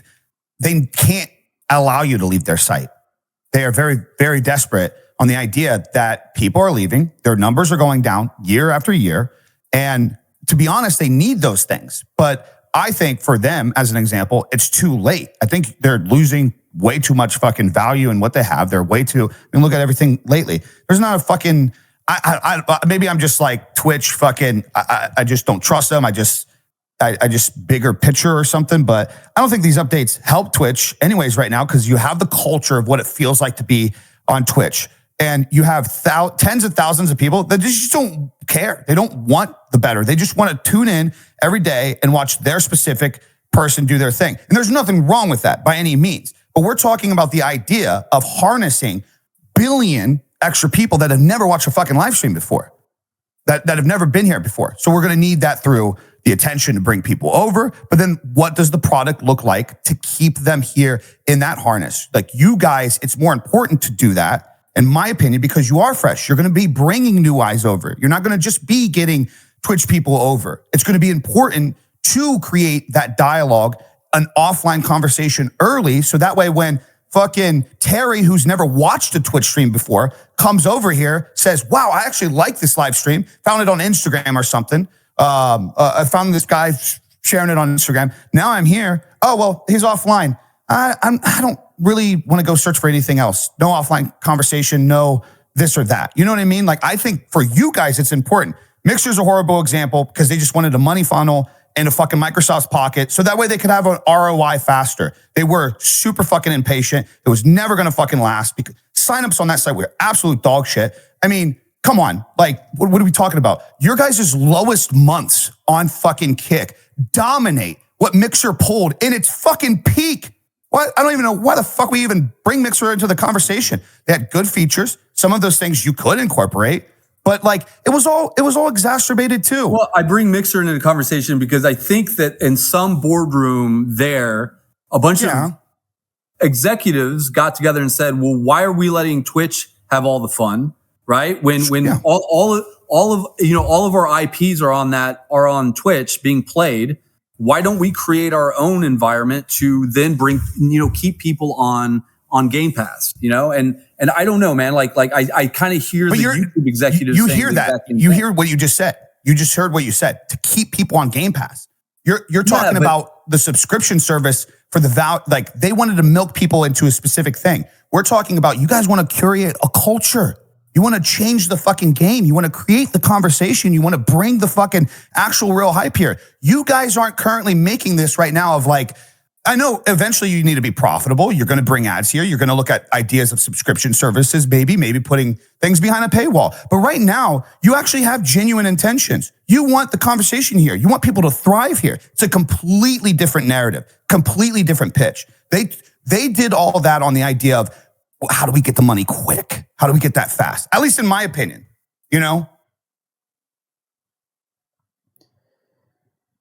So what was the question again? I don't even know. I don't remember what the original question was, but the offline shit. Not just necessarily Discord, but like offline interaction, offline content, simple offline interaction. I think it's great, right? I think when you look at like Yeah, when you look at major tech companies right now, I think they're all fighting for people's attention, and they're all kind of looking like, hold on, like where are people spending time, and how do we capture that? I think that is the next layer you go down. Is that our priority right now to kind of build out like a Discord alternative, or like more layers in which people can communicate? I think that's kind of looking too far ahead, but I completely understand where you're coming from, and it makes a whole bunch of sense. And I think that will continue to be what tech companies are aiming to do. They want to own you. Like the moment you go on the internet, they have like end-to-end ownership of your time, right? And I'm sure that's kind of Google's dream is like, you load up Chrome and then you're on a Google service and you close Chrome and it's all done. And like, that's what all the tech companies are fighting for, that they hate it when they lose you, right? So it makes perfect sense. I think Kick can kind of live within that system though, right? I think if you try to go for that domination as well, you start trying to, you have to like start, roping people in, right? That's also kind of a downside. And I think why sort of the tech industry is sometimes looked down upon as untrustworthy, like you said before, because there is these kind of intentions behind the scene to try to like, manipulate the way people sort of almost interact with products. Like you said, the way, the TikTok algorithm can love you one day and then just spit you to the floor the next. And the way, YouTube can do the same actually. There's a lot of pros and cons to this as well. When you start getting in the way of trying to like, almost manipulate like people's ability to interact on the website, it can get dangerous, and it can start becoming unorganic. So I think, again, on that subject though, is there room to innovate and start to own more layers, or at least do a better job with VODs? Like I saw someone in chat say like, hey, look, why don't you just add like comments to VODs, right? Like such a simple idea, right? So easy to do. Damn, makes a whole bunch of sense, right? Like, cool, now we've suddenly got like another layer to VODs and just like the chat replay, like someone who's watching offline. I think there's a whole bunch of stuff that can be done to make the website more friendly for people when they go offline. Ideally though, there's another streamer, right? That's the dream. The dream is that there'll always, or hopefully always, be someone that you want to watch, right? There's more different, like say you're into, Call of Duty streaming, you've got like, Call of Duty streams that you want to watch all day. 6 people. Yeah. Yeah, exactly. Or hey, look, maybe you're into like IRL streaming. You've got a bunch of people. You're like, again, that's kind of the hope and dream there, right? But yeah, that's another really key aspect or performance indicator that we look at is time spent on platform, right? Like how quickly do people kind of leave? Is someone coming to watch one live stream and then leaving immediately? Is that live streamer someone that, the communities we want to invest on Kick? Like we want people who are going to, go and, cross into other communities, cross into other channels. And that's kind of our job to figure out how to do that, right? It's one of the main objectives we've set forward at the moment, which is kind of, get people to watch more, get them to watch more channels and extend that kind of average time on platform. It's incredibly important. I think, obviously product will lead the way, making sure we recommend the right channels. But to be fair, I think there's to the base point, I think there's so much we can do. There's so much opportunity to innovate. There's so many things to be done, right? But it really comes down to kind of getting these basics in first, and then we can start, hitting the big leagues, right? And I think that's what will become really exciting. I think, let's say maybe a year from now when Kick's announcing stuff that's like hasn't been done before, and people are like, fuck, that's kind of cool. That makes sense. That's when I think people will certainly start to turn around and go like, hold on. This is, these guys mean business. That's what I'm truly looking forward to. So it truly, like you truly, where you guys stand, you have a lot of these thoughts. You see it all, and we're just really in a transitional phase of like you guys got to play catch up at this point. Essentially, is what like I gather from a lot of this. Yeah. Well, like you said, there's you said this like just 45 minutes, an hour ago, right? You're like, I don't care about all these new features. I just want to make sure chat's reliable, notifications are reliable, the app's reliable. Very true. Those are the three things. And when I look at like what our biggest issues right now is exactly that too, right? And I think that's not too difficult to solve, and it's not too far off. There's been some, again, from a technical standpoint, a bunch of fundamental issues we kind of had to step back on and peel back and solve. But yeah, that's the goal right now. It'd be naive of us to start chasing like big ambitious features or whatever before we kind of got the parity of what is expected. Yeah, I'm definitely not talking about it like I need it now. Like, why do we not have this? It's more of an idea of like, I think it's good context to give people hope that this is just going to be Twitch 2.0. That's a real good point, right? I think like one of the saddest things we don't want to end up being is like, hey, look, what's like the goal and vision for Kick? Is it just to become a replica of Twitch? Like, no, that's not our vision, right? That's not our vision at all. Like our vision for Kick is way bigger than just replicate stuff. Right now, it might seem like that, but again, we could hop on and start saying, hey, look, we're going to do X, Y, and Z, but we don't have the trust yet to do that, right? We kind of burn a few bridges in the beginning when we kind of said, hey, look, we're going to have this done by this time and all that kind of stuff. So, we recognize the position we're in. But, the vision and the roadmap for Kick that we want to put out that's outside of just reaching parity is certainly way, way bigger than that. And and that's why it's exciting, right? Honestly, like you said this before, you said, hey, Ed, why would you even be working on this some days? And it's not because, hey, look, I want to just like create something that's been done before. It's we want to innovate and do something brand new, right? That's what excites people. No one wants to like spend their time working on something that's, hey, look, we just want to copy exactly what these guys do and that's it, though. That's absolutely that's fucking that sucks. Like that's inspiring for like anyone to work on as a career wise, right? So anyway, I hear exactly where you're coming from, and I can tell you wholeheartedly that we're looking at it from that same lens of innovation and what we can do to kind of enhance the industry. And we got some really cool plans. Some of them will work well, some of them won't. We'll see how it goes, but for the time being, it really comes down to first just getting that those low hanging fruit done. Yeah, I agree. You guys, you mentioned even like TikTok being like a big thing, like converting people over. Everybody always tries to get this idea and this persona. I know you guys deal with it all the time. The question is always like small creators. What are you doing for small creators and stuff? I think it's more healthier. You teach a man to fish, you feed him for life. You give a man a fish, you feed him for a fucking day, right? So currently, what are you guys seeing on your end where you literally suggest, guys, we're seeing it work with other people? Like the proof is in the pudding. People are doing this right now. People are multi-streaming to vertical. People are creating, like we're seeing a huge conversion from this. From an actual tech side, is there anything that you guys are seeing to where you can educate the creators to like, hey, go take advantage of this right now. It's insane. Andrew, you probably got some good examples of that.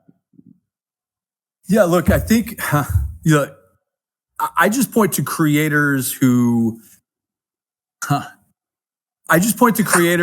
know their community that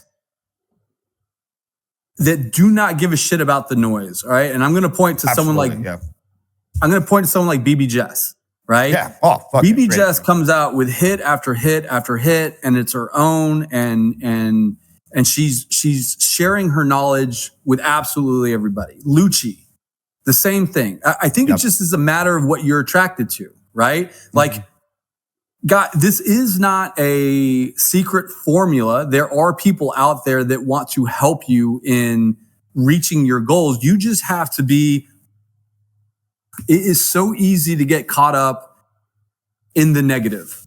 And I think that a lot of people get caught up in these follow for follow rings, or they get caught up in these tab me up sites, or these let's raid into each other's sites and, everybody wins, right? As opposed to looking towards the people who have done this at a high scale. Like, listen, if Tim the Tat Man is very open about what he does and how he's gotten there, right? Lucci is very open. Big E, you're very open. Yeah.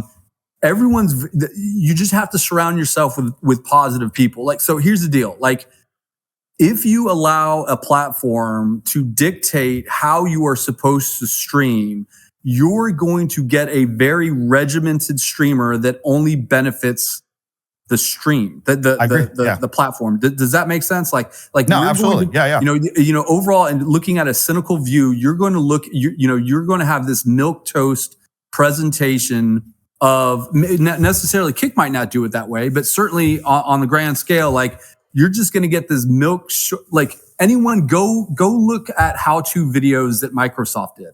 Go look at how-to videos that YouTube's done. Go look at how-to videos that Twitch has done. They are milquetoast, right?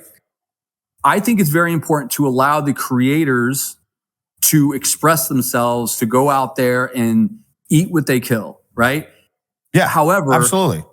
As an adult and as someone who gets into the creator game and starts their own business, you have to surround yourself with, if you're surrounding yourself with people that bitch and complain about where their lot in life is, right? And you find yourself in that echo chamber, as opposed to shutting off someone's stream and saying, what did I learn from that? I learned a lot from that.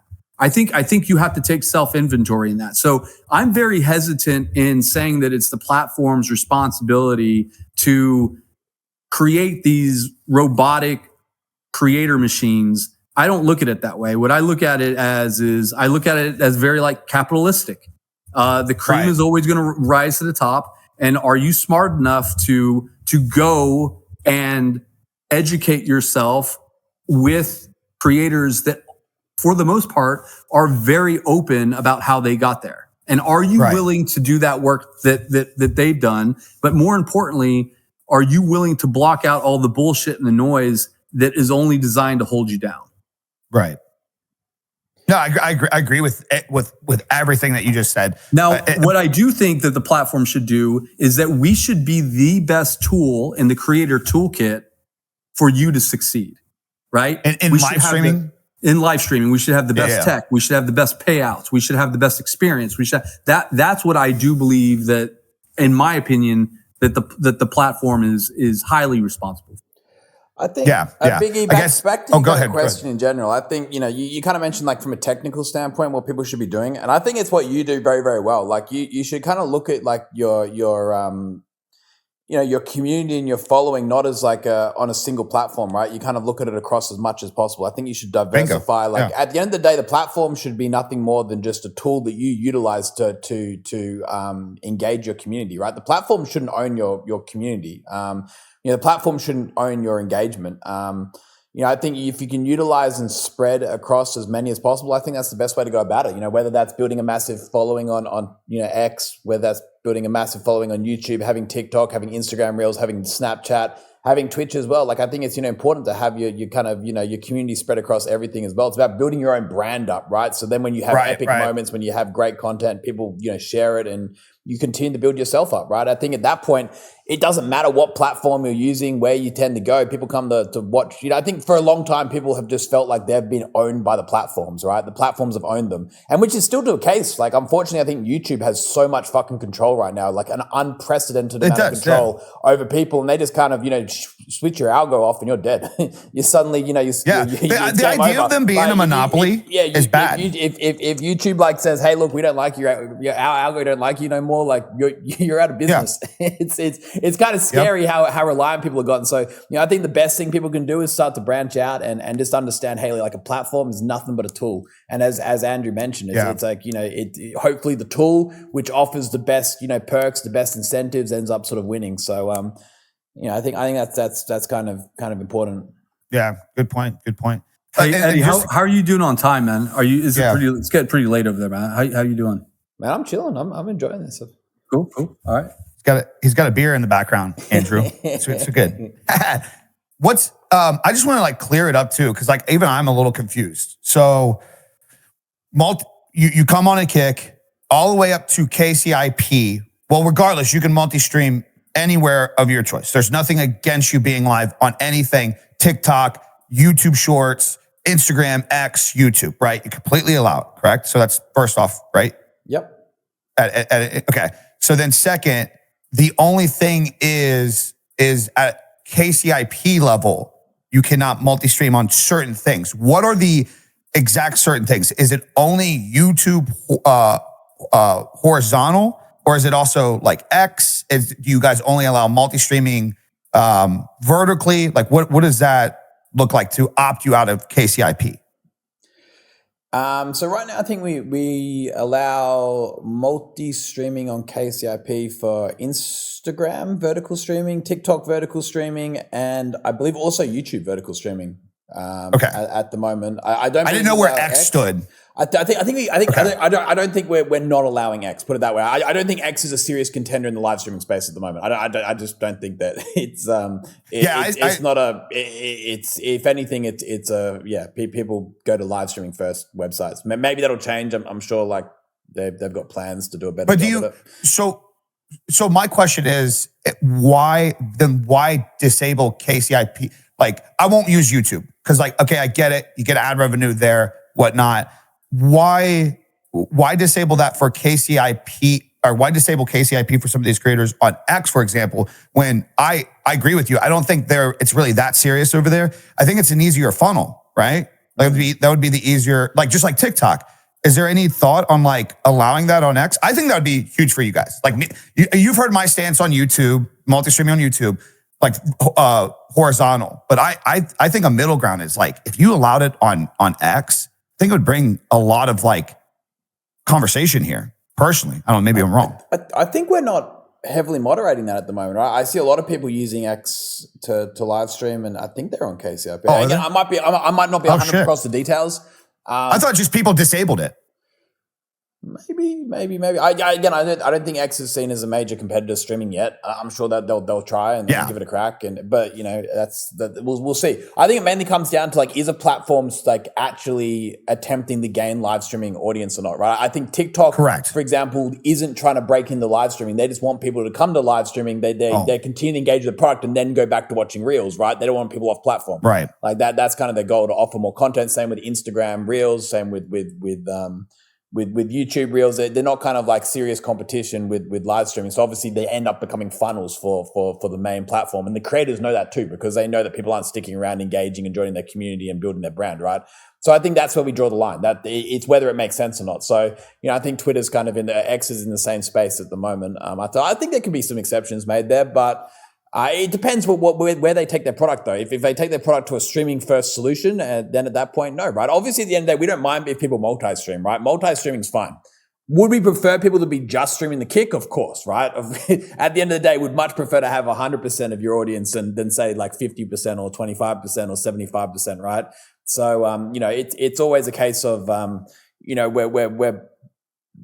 going to want to have you pick people as exclusive to Kick as possible, but we at the same time don't want to clip people's wings and opportunity to grow. That'd be silly of us. So we'll look into X, Andrew. Maybe we figure out like where our stance is on that. But I think it just. I agree with you. By the way, it just depends. It just depends where their product ends up going. To be honest, I see everybody live on X. I don't click on it to watch, and I know I'm not everybody, but I think that's pretty telling. Like, it's a habit that's like not going to take for a while. For a lot of people. I go to their channel, to be quite honest with you. I go to their Kick. That's what I'm saying. Yeah. That's what I'm saying. I see, Sarge is live. I know he's live on Kick. I'm just going to go there. Like, it's kind of like an additional alert. I feel that's where the party's at. I feel that's where I agree. Yeah. And that's why I'm just like, I didn't know where you guys stood. I don't know if you cut that off, because then you encourage the idea of like a creator's got to actually evaluate, okay, well, is KCIP worth, which, I mean, they're going to multi-stream regardless, it benefits. But then like, we don't want the party to stop here. We don't want the idea of like, well, I got to turn it off to jump through the hoops of making sure I don't push the TOS of where you can't have KCIP when you multi-stream. But like Twitter, I think, is a different example to where it's like, yeah, I think like what Andrew just said is great. I think it only just funnels like the idea there more. So allowing creators to still get paid to essentially just advertise somewhere else and fucking funnel. I don't know. Maybe there's got to be a downside at some point, I guess. I don't know. So that was on that. One thing also too I wanted to ask. Somebody brought it up in chat. You guys was it lost or your CTO left? Is that concerning? What's that look like? What's the deal with that? You guys got somebody new coming in, or? I think in terms of human resourcing, right? It's always a healthy position to have a good turnover. I think there's situations whereby there's incredibly negative attrition in terms of staffing, and then there's stuff which I think is kind of best for all parties. So in terms of tech, we're always looking for more senior leadership. It was, it sucks that we've lost someone in that position. It certainly does. I think that there is, I think we've got a very solid team though. We've got a very solid team of people who can step up and continue to run that. So in terms of where we're heading and progress, I don't think that makes any difference. But In terms of filling those shoes, of course that'll be tough. But I think we're well equipped because to figure it out. He was in Australia, right, with you guys, or was he remote? No. Pretty much everyone is in Australia. Yeah. Okay. I just didn't know, like, just making sure like everything's good. You know what I mean? It's the trust thing. It's the, making sure every spot gets filled. It's the just raising the, is it a red flag? Is it just a mutual thing? Are we going to make progress moving forward type thing? Very much a mutual thing. At the end of the day, Gotcha. People, in careers, people have other opportunities, other areas to go to. And when people have great offers elsewhere, we say, hey, look, that's best for you to kind of take on that challenge. We'll, as long as things are handed over in a great way, which they were, we're in a good position. So again, that's nothing for anyone to worry about whatsoever. In terms of Kick's roadmap, doesn't affect it whatsoever. So not a problem. Of course, at the end of the day, it is a role that will need to be filled, but I'm very confident that we can, find someone just as good, if not better. So we're confident looking forward there. Yeah. Andrew, did you look like you wanted to talk, or were you like reacting to something? No, who's your ideal CTO, Big E? Since you're the CEO, what CTO would I just fucking stream here, my guy? Bring over Mr. Boost. You bring over Mr. Dude. Boost. I mean, I think it's good to point out that, man, I feel like you got a lot of invested people with a lot of smart minds. And I think looking inwards on the community on certain things YouTube dominated gaming for a few years because they literally said, hey, instead of hiring some outside source or just trying to, cut corners and just look at the best resume in our area, in our tech space, they said, okay, well, let's go look at somebody who represents them well and we feel would be a good role in that position because they live in the battleground. They do the fucking work. They're in there. And I do agree with the trenches. Wiz came on. I do agree with the trenches mentality. I think that's why we have we have an API roundtable. I know I've said this before on my stream and here. Oh yeah, before, I don't know much about that. Yeah. So as we started piecing together the API and we greenlit a team to be hired on, start working on the API, and then recently we have a post out there on LinkedIn right now for an engineer for the PS5 console app. Oh, right? shit! That's actually being hired for right now via EasyGo. So my point in saying this is that when we were putting this together, it was kind of like, hey, it's also important to start listening to the boots on the ground, right? We've had so many people like AeroKick, Mr. Boost, and certainly like guys like Ababs who've come on and built on top of an API that's out there, and they went digging for it. So we were like, hey, what if we just invite these guys to a roundtable to help us kick holes in our own API launch. So I'd like to think that anytime someone brings up something, I like to point out something that we're actually doing in real time. That suggestion that you just made, we're actually doing that. And who knows? I'm not gonna speak for it here or anything like that. But if someone finds a role that matches what EasyGo is looking for, and they just so happen to be on work deep with us in some other capacity, and it makes sense, then things could always be lead to that. Dude, let me know when the role for North American CEO comes in. I'll put my application in. Especially, dude, if it's in my state, I'm already here, dude. I'll make the application. I'll apply. Yeah, I think you make a good point, though. No, it's about having the right people as well. I think we're super fortunate to be in an industry where people are super passionate about it, right? So, I think hiring people who are incredibly passionate about live streaming is something which I think can sometimes work really well to our benefit. At the end of the day, people working on stuff they love typically are way more engaged and want to output more. So yeah, we're in a really sweet situation in that regard. I agree. It's about having people who understand what they're working on, and that makes a big difference. Yeah, that's good. I mean, I honestly, man, I think obviously there's things that I wish and want, just like you said, wish we could have updates faster, wish things could just be fixed, wish the team could you just knew, snap of a finger, right people were hired into the right locations and the right places. I think it's always good to know. I always at least try to point this out from like anybody viewing any of us. Like, if we had this same roadmap and same progress, let's just say 5 years ago, nobody would be as impatient. TikTok, vertical content, it's fucking warping our brains. We think everything is go, go, go. Rush of dopamine can come out overnight. It's just simple shit. So I think it's always healthy to point that out, to say like, yeah, this shit isn't really that fucking easy. I'm sure this experience has probably humbled you a little bit.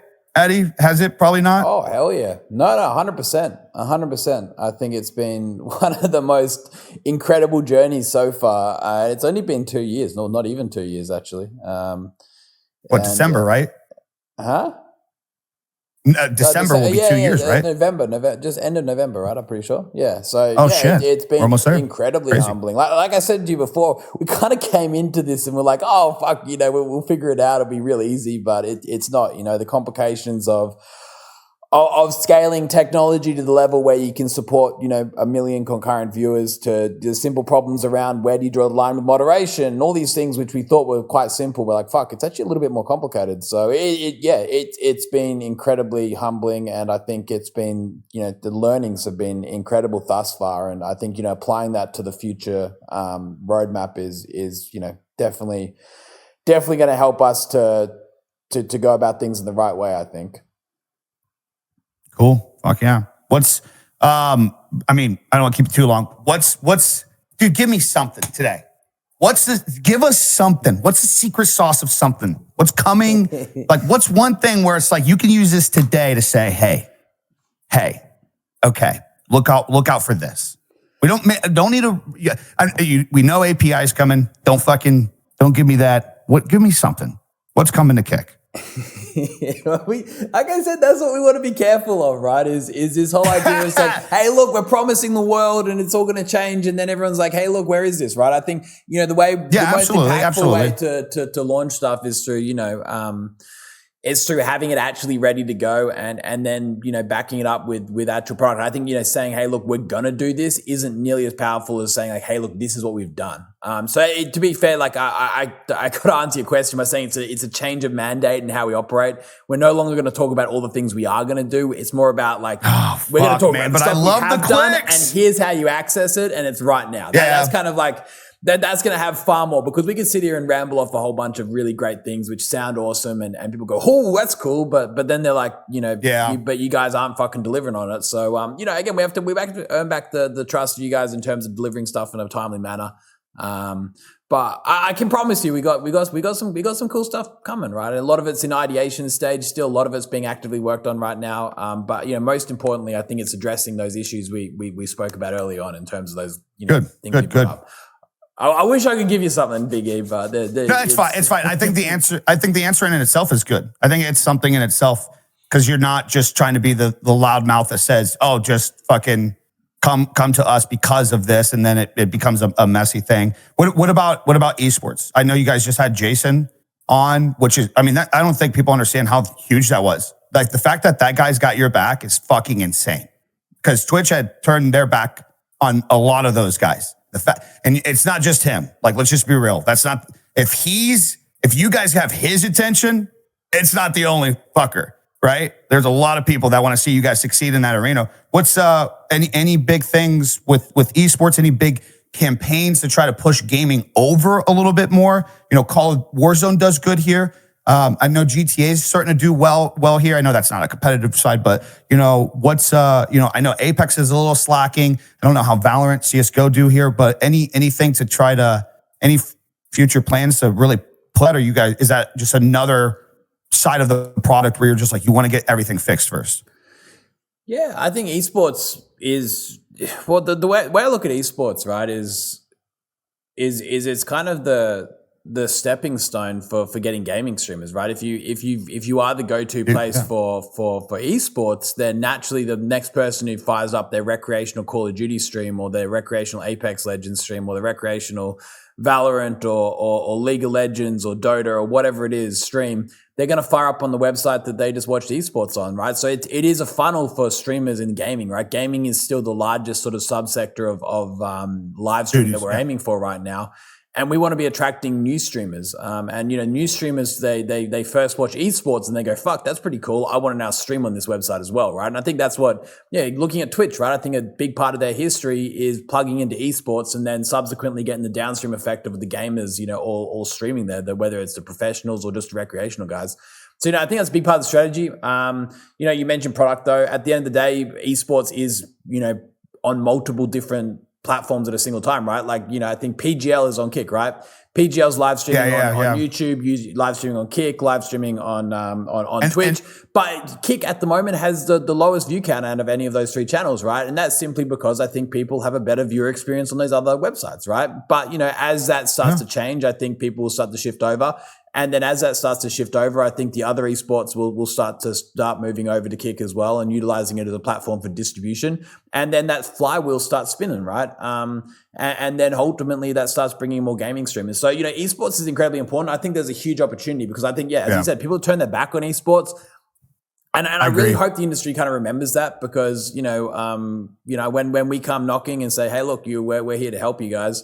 I hope they remember that we were there and offered a bit of support and invested in the longevity of that sport as a whole. That they'll stick with us through that. I think there's a huge opportunity there, and that's one of the biggest opportunities I look at. You mentioned before, like, hey, does it frustrate you that there's like all these areas where if you could kind of click your fingers and have everything done, like why haven't you seized that? The fact that esports is currently left so open is huge, right? There is so much opportunity to kind of flip the whole gaming sort of hierarchy through winning over that sector.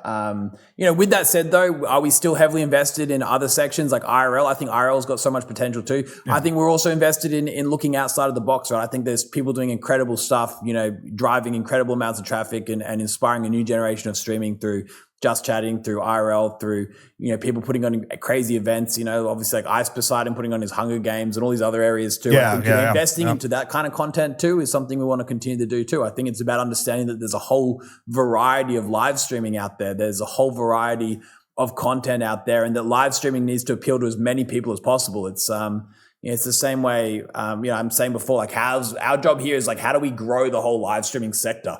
And I think it's by, supporting esports. It's by supporting IRL streaming. It's about supporting tournaments, about supporting, great content. That's ideas. Right. Yeah. Yes. That's how I look at it, as how we grow the space, is by supporting people to make great content. So you guys, that was going to be my next question. I know like we have somebody actually that mentioned it in chat, the KTN, like this group of people that just said, we're going to make just a fucking tournament network on Kick. We're going to just hoist it from the ground up, which I'm pretty sure is like essentially how Twitch Rivals started, right? Do you guys have any plans of moving potential, like some good amounts of money in the future to have some like Kick personalized tournaments to kind of bring that hype here, like something like Twitch Rivals? Yeah, I think it's about finding the right partners in this, right? I think that's the biggest thing. I think a lot of people have big ideas. I'm not going to lie. There's a lot of people who want to do these events, but the execution is the harder part, right? Like as we find more people who are who are capable of pulling off these events, then we've got the capital. The capital is the easy part, right? The money is the easy part. Yeah. The hard part is finding the right people to actually, utilize that money and spend it in a good way. Like, unfortunately, you give like $10,000 to most people, they will do fuck all with it and waste it on a bunch of unnecessary stuff and do a completely useless event and not utilize it well. But you can give $10,000 to some people and they will take it so fucking far and make the most incredible thing. And again, they're the partners we need to find, right? They're the people we need to work with. Yeah. There's some people that are just like, there's some streamers out there that are paid such insane amounts of money and they're just so fucking terrible at reinvesting it back into their content. It's nuts. You're absolutely right. Like our job as a platform is to offer people like all these great opportunities, and then hope that like these people like actually take a tiny bit of that and like kind of put it back into their content. And that stems across everything, just not from just individual streamers, but to networks, to tournaments, to esports, to any sort of aspect of that, right? I think that there's so much opportunity for people to take the funding that we're offering and you know, redefining what live streaming is all about. Yeah, good. That's I actually wanted to note on that earlier, but we just kind of flowed into different topics that I had. I think you guys pushing that and yeah, you're right. I think IRL, you know, everybody thinks that I'm like against IRL, and it's not. It's just like I think it can be curated a lot better, and we've seen that. We see Big E. Stop. Come on, what? Be honest. What? You love IRL. Shut the fuck up. Oh my God. This guy, the way he presented IRL. Eddie, listen. He was begging me for an IRL backpack. And I was like, there's nothing I can do for you, man. No. I like IRL. Like, okay, I will say, like, I'm about to do some road tripping, and I like that idea. Like, I'm going to go out in my own domain, and me and Audio Freak are like, let's get a fucking IRL backpack and do something with this. And just like, let's go fucking do shit. Let's go fucking shoot guns. Let's go hunt, like that type of stuff. I'm not a fan of the shoving a camera in my face when I'm at an event. Get that shit out of here. Like, you know, respectfully, maybe at the event, but like specifically, like when I'm out and about and I'm trying to cut loose and just have my own time, like get your shit out of my fucking face. Let's live in reality a little bit. It's not going anywhere. You know, I know. You know, as the technology gets cleaner and the internet connection gets stronger, that's not going anywhere, man. Like I think it's going to become I think it's going to be like no smoking signs, right? Or I don't think it's going to be that deep. I think there's going to be like town hall meetings. This is where he loses me. What is our IRL policy? I mean, no, because here's the thing: all the old men policy will have to get made too. Yeah, but Big E, there's going to be a lot of people who feel exactly the same way you do. Yeah, when they're dining out at Chili's, man. Like they don't, you know. And as we grow the live streaming space, it's just going to get. It's going to get bigger and bigger. IRL's not going anywhere. No, it's not. Yeah. But like, I guess what I'm trying to say is like, maybe I'm just old school. Maybe I'm old fashioned. You know, when I see Weston Chaplin comes over here and they go to SEMA for 5 days or how many days, and they like, I know those guys. I've known one of those guys. I know the brother for 12 years now in this industry. That is them as creators who have dominated their space, seeing an opportunity and thinking, how can we curate this content? And hey, maybe it's not going to be for everybody, but I'm like, that's where the IRL stuff is a W. I think that's where it's a win. I think Big E, you're using Weston Champlin as an example. Okay. Like, first of all, Eddie, if you don't know this guy's Weston Champlin. He's really good with automotive and just like, with burnouts, right? He's a big burnout guy, and he curated this 5-day stream at the Las Vegas Convention Center that had amazing burnouts, right? But this guy's a YouTube guy, Big E, right? This guy's a big time YouTube guy that came over and started dipping his toes in the kick space, right? So think about that. This goes back to the early on conversation that Eddie was saying, which is like, you know, it's about the creator. It's about the creator owning the community. So Weston Champlin pretty much picked up his community and said, we're going to go party on Kick for a while. Right? Yeah, exactly. Yeah. But we want to keep, you know, the party attracting those kind of creators on TikTok, on YouTube, on Instagram to give Kick a try and add it to their diet. And then eventually start winning over their communities, you know? Right. Weston Champlin's a very good example of what you're bringing up. Yeah. I think even when you guys had Tifu here for a while, I thought he did like some good stuff. He did the one Derby event. He did the one beach event and stuff. I'm not a hater. I'm not a fucking IRL hater. I may be a little bit more old fashioned. I like my privacy, but I'm definitely not a hater of it. I just think, you know, I think it's important to still, you know, remember the fact that there are still millions of people that like esports. There's still millions of people that have it all. There's no reason to be the IRL site. Like, be the better product where, it is fucking, you dominate in IRL. We got Dubs Music just spammed some shit up in here. Like fucking music and art and shit. Like what's fucking, what's the world look like in 5 years if like we've never seen on Twitch and the live stream culture, like live, like music really like dominate. It's always just been like nice. It's just always been nice to see. I think a big part of this comes down to is like, I kind of look at live streaming. I think that like a lot of what we've seen to date has been very much risk adverse, right? Gaming is risk adverse. It's safe. True. It's very safe, especially for even advertisers, right? Advertisers know for a fact if they're advertising on a channel where someone's playing games, like they know what they're getting, right? Like it's very, very safe. Like I think when you start venturing out into all these other categories of live streaming, like IRL and just chatting even, and art and music and all these areas which previously a little bit less, you're expanding out into more what is truly user-generated content. Gaming is quite predictable user-generated content. And I think that, previously people haven't been willing to take risks in terms of supporting these less predictable niches of live streaming. And that's where Kick steps in, right? And I think that we can do a really, really great job. And I think that's why we embrace things like IRL trends or whatever the next trend is going to be, is we're going to be ready to embrace it because it steps outside our comfort zone, because it is risky. There is risk attached to it. Advertisers or, public sentiment, you're going to get negative headlines every now and again. But I think, risks are required in order to make this industry more than just being the same old stuff all the time, right? I think that's where we've got a big advantage and a big ability to kind of fill that hole and do some great stuff. Yeah, I agree. I just want to make sure it was like, see where your head is on.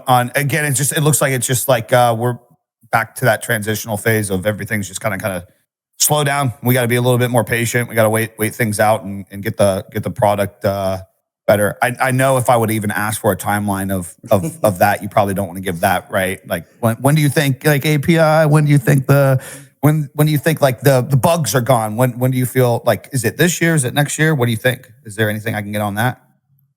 Well, this year's coming to a close pretty soon, right? But I think it's all about surprising you, right? Like it's about saying like, hold on, that's fixed. I don't think we should be really celebrating catching up.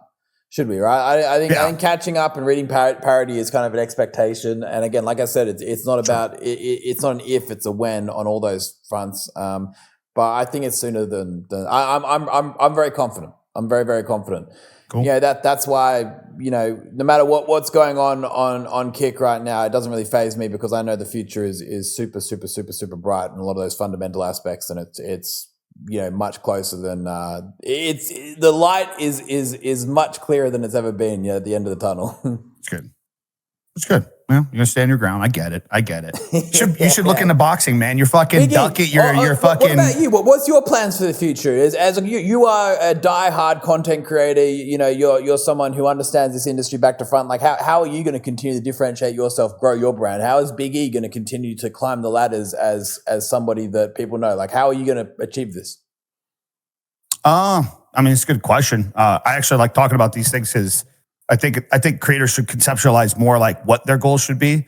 And, for me, I think I've done enough of the informative stuff. I think I've done enough of the helping. One thing for me, why I even started a YouTube channel was because I used this industry to start my graphic design business decently successfully. And, I had to learn everything the hard way. I had to get the chargebacks. I had to do the 100 fucking logos at $100 till I realized I could be charging $1,500 and put more quality and effort. Like I can actually do this. I can do a $10,000 gig. I had to do the long road through that. And my thought process at the time was, why don't I just help others and just make YouTube videos so that way people don't have to fucking go through the ups and downs. And then as I learned how to use cameras and get into photography and videography, and the next thing you know, I'm working for a $30 million a month fucking company in America, being their creative director. It's like everything led to just the hard work, the grit, the understanding, but it all resorted to, I had to learn it the hard way. Why don't I give this information back? Same thing happened with the streaming and everything. And I just feel like at this point, it's like, that's only a certain niche. And I think it's time to like have some fun. And it's time to essentially take all the advice that I've done, everybody that I've worked with over the years, and apply it to myself. Go make skits, kind of push away from just being only known as this thing and go have some fucking fun and build. The big thing is build my community, like what you guys said. It's not, I can't stream every fucking day, even if I want to. I can't stream every day with informative shit. You run out of shit. People are going to get their information. They're going to go. I'm going to pigeonhole myself as just being a creator for creators. You know what I mean? So I think it's time for me to hunker down, take my interests, things that I'm into, the tech, the banter, the memes, the funny shit. And I think what I've already started to do is pivot things to just make everything cohesive and clear and say, this is just my vibe. This is my brand, and build a community that just fucks with that mentality, likes to have fun. So for me, moving forward, the biggest goal is just building up my community to be who I am as a person, where they enjoy me through the Apex Legends, through the war zones, so I don't, have to be that one-dimensional thing and rely on something and fuck myself. Yeah. No, I think that's the biggest thing is being able to make sure you can do whatever content you want without having to stress out, right? I think a lot of people get stuck in these boxes of being like, I have to do this, I have to do that, otherwise my viewership will go down, becoming kind of almost like very much dependent on what the viewers want, right? I think you kind of, when you can branch out as much as possible, that's the way to go. With that said, which content creator do you kind of look up to like the most right now? Who is, in your opinion, like crushing it? Like who's at the top right now? You mentioned you don't like the IRL streaming as much, like, or you gotta like who is the definition of someone who is doing it well? Like who's your inspiration? Honestly, I don't really have a current inspiration. I think it's the years of being in this and getting the pieces and bits from just so many people that I have enjoyed over the years. I've enjoyed the creative narration from individuals like Casey Neistat. I've enjoyed the comedic shit from seeing the comedic comeback over the last few years after the pandemic tried to make everybody become a whole bunch of soft pussies, right? Like I love like the Shane Gillis era that we're seeing right now, where it's like comedy's back. Like we could fucking make fun of things. I love, I love the Tim. You mentioned Tim the Tatman earlier. I loved just like the fact that the last 10 years we got to see one of the biggest names in entertainment come from a dude that just is just a fucking guy just hanging out in his fucking room having some fun and picks on himself. So it's like it's not necessarily one person. I'm not really influenced by an individual. It's more of just like a collective throughout the years of just what did I really fuck with from everybody's journey that like made sense to me, and how can I just like make it into my own, if that makes any sense. No, it makes a ton of sense. I think that's the way to go. I guess if you kind of sit back and go, hey, look, that person there is doing a great job, I want to be like them, you end up just like kind of filling a hole of replicating that sort of content. Absolutely. Or that kind of show almost, right? But if you collectively understand, hey, look, I like what's going on there, and kind of adapt and take little bits and bobs from there, that's awesome. So no, it makes a ton of sense. Makes a ton of sense. Yeah. I appreciate it. Well, I mean, it's like it's no different than you guys. You're not just inspired by Twitch and saying, let's just be Twitch and somehow try to do it better and reinvent Twitch. It's like you're picking and choosing, like you're even, I mean, that's a good thing to note too. It's like, as a creator, I don't think a lot of creators do this, is like, what do you do wrong? What do some other creators do wrong that you notice? Like maybe you really like somebody, but like, oh man, you just don't like that they do this. Well, maybe you don't align with those morals or whatever beliefs, and you're totally able to do that. But maybe that's what you need to also use to be better. Like you guys look at, okay, well, also one of these sites in the last 5 years launched things that didn't make any fucking sense and was just a waste of their time. And you get to pick from like, well, throw that idea out of the window as well. So I think it's like, I think most creators would probably benefit following a lot of like what the site initially does. Pick and choose the things that make sense and align with the values of what you want to be as a person and as a company. But same thing as what more creators should look at themselves as businesses and companies. That's the only way they're going to grow and scale and bring in new people that genuinely fuck with them. But yeah, I think it's interesting that like you even asked that at the end, because I think it's pretty fucking crucial for creators to even be asking this about themselves. You know what I mean? Yeah, no, I think sometimes like, the same way, I think, platform or business needs to look at like that long-term vision. I think, successful creators probably look at it the same way, right? I think we're seeing that transition as I think, successful creators are now like breaking in, like you said before, like breaking into mainstream entertainment, breaking into mainstream sort of,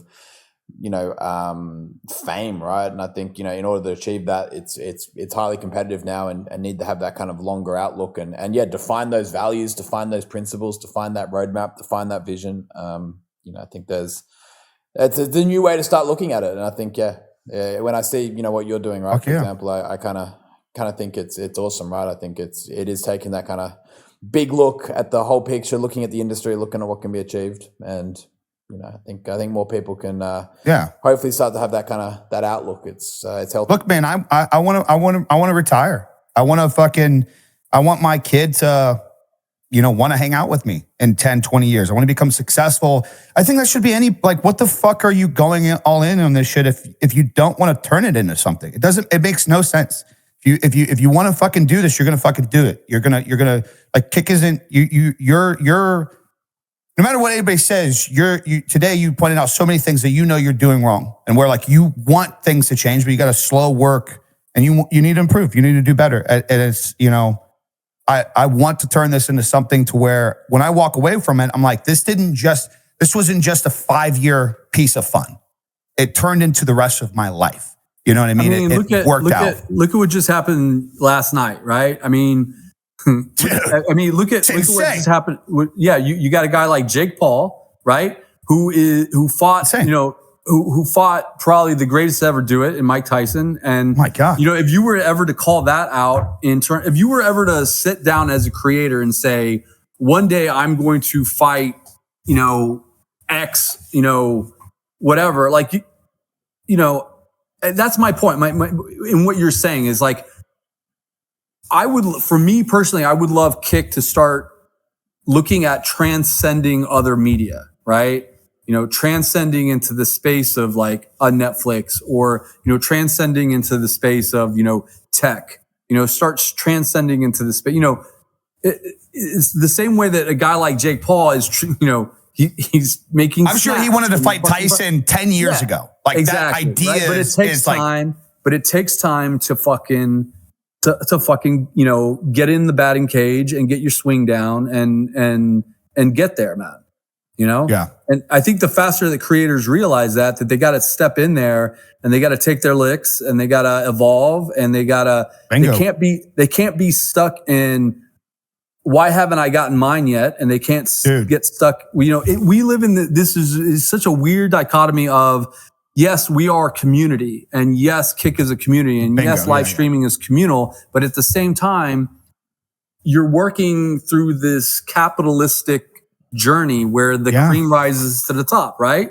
And then you have the community where it's kind of like, well, why is it that this guy that has put in 8 years of his life, no matter what you think of their content, is getting the flowers, and me, who has just started off 6 weeks into my journey, isn't getting that same thing? It's like, well, it's the same reason why I can't go on to an NBA basketball court and, or I can't go into the NFL and say, hey, I really like football. I think you should give me $20 million a year to throw the pigskin for the Green Bay Packers. It's like, and that's the weird. I think that's the weird part that a lot of communities have to. It's weird. I think the best thing to do, in my opinion, is to fucking enjoy the ride. Bingo. Bingo. There. You got to have fun. And have fun with the community. Yeah. It's ironic. I actually hit up the Lakers last week. I'm like, dude, trust me. I haven't shot a basketball in 2 years, but I'm like, give me 25 mil. I'll be one of the best basketball players in the world. For some reason, they turned it down. It doesn't make any sense. Makes no sense. But dude, you're so right. A lot of my listen, we need a community here. One of the unfortunate things that I've seen on Kick is, for some reason, out of the history of shit, in my experience, been doing this for 14 years, I've seen a lot of the uprise in communities, all the way from making the Call of Duty montages when FaZe Clan blew up, 12 years ago. I've never seen a community split itself and put each other down and fucking shitty on each other. It's never fucking happened. It makes no sense.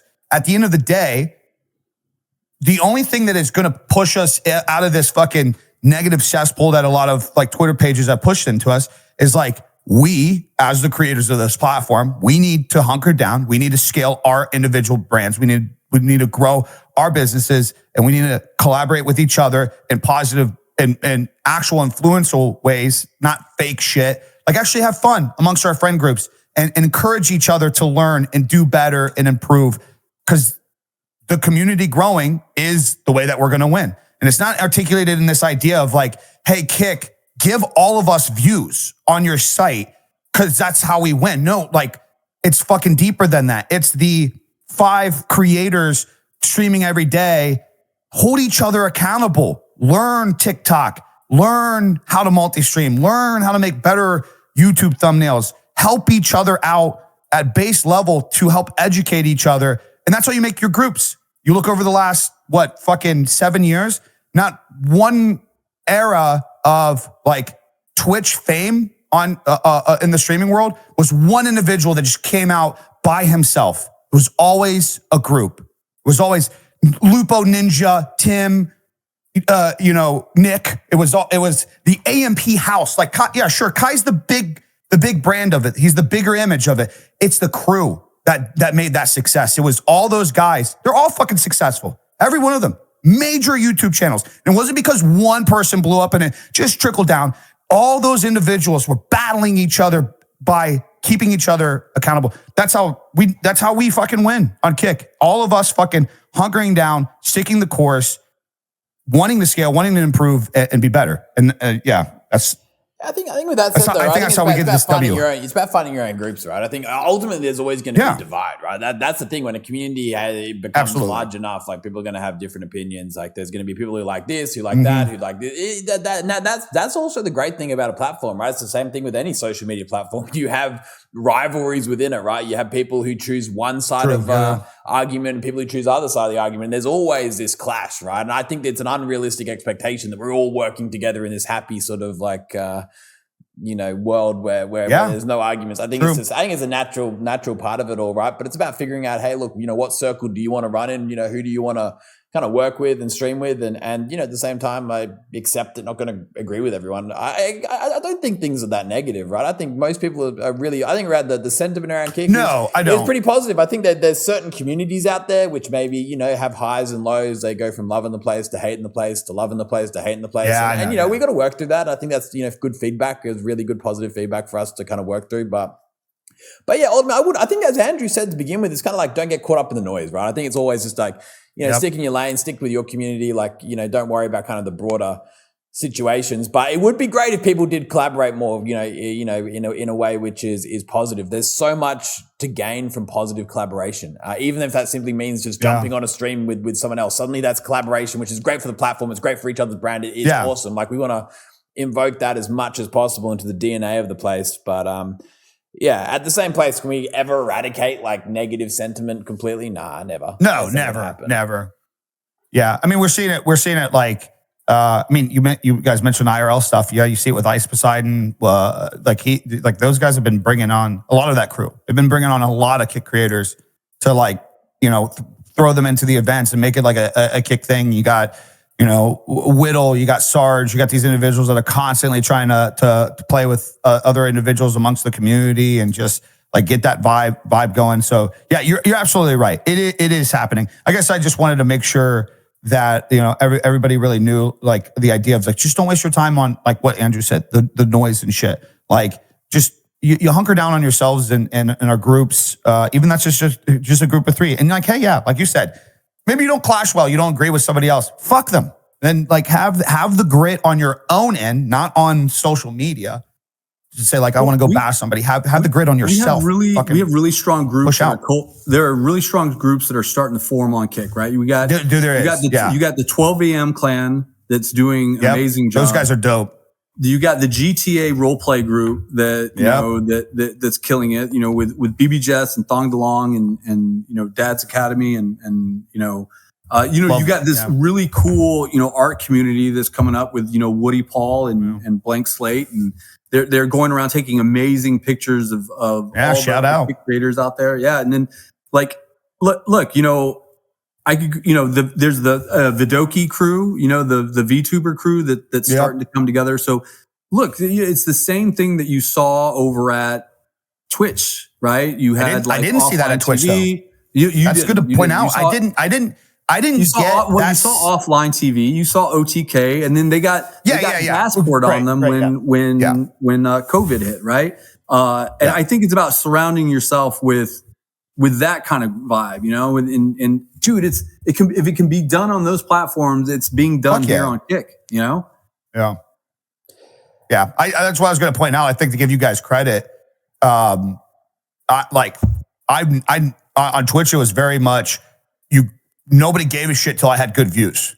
That's when people gave a fuck. You know what I mean? I swear here, like a lot of Kick individuals do treat each other with respect and do the things. You know what I mean? So that was like, yeah, that's good to point out. Awesome. All right. Well, Big E. Yeah, I was gonna say you got to go to bed. I'm gonna say I reckon it's been a pleasure. Dude, it's been long. Having a good chat. I think we've been going at it for. Appreciate it. Now 2.5 hours. Fuck, time flies. Yeah. Shout out, dude. Shout out. No, it's good. I appreciate you doing this. Man, I love it. I know that you guys try to. I could sit here another 3 hours. We could continue to discuss every aspect of streaming. I love it. It's my passion. That's why it's not a chore. It's an honor to be able to fire up a live stream and talk about what you're passionate about. You know, I'm a content creator like you guys to an extent, right? It's fun. So no, thank you so much for coming on, asking some of the. You asked a few harder questions there, which I agree with you completely, and I think we've had some good chat around that. But you know, I think just in general, I think just having it's a good alternative to Kick Talk. I like this one. Just kind of having having just kind of like an open conversation opposed to sort of other structures. It's a nice kind of change of speed, which has been great. But yeah, thank you. Yeah, thank you, I think you guys are doing a good job. What time? Do you wake up? Well, typically I wake up about like 5:30 ish. Oh, okay. Fuck, it's not a big deal then.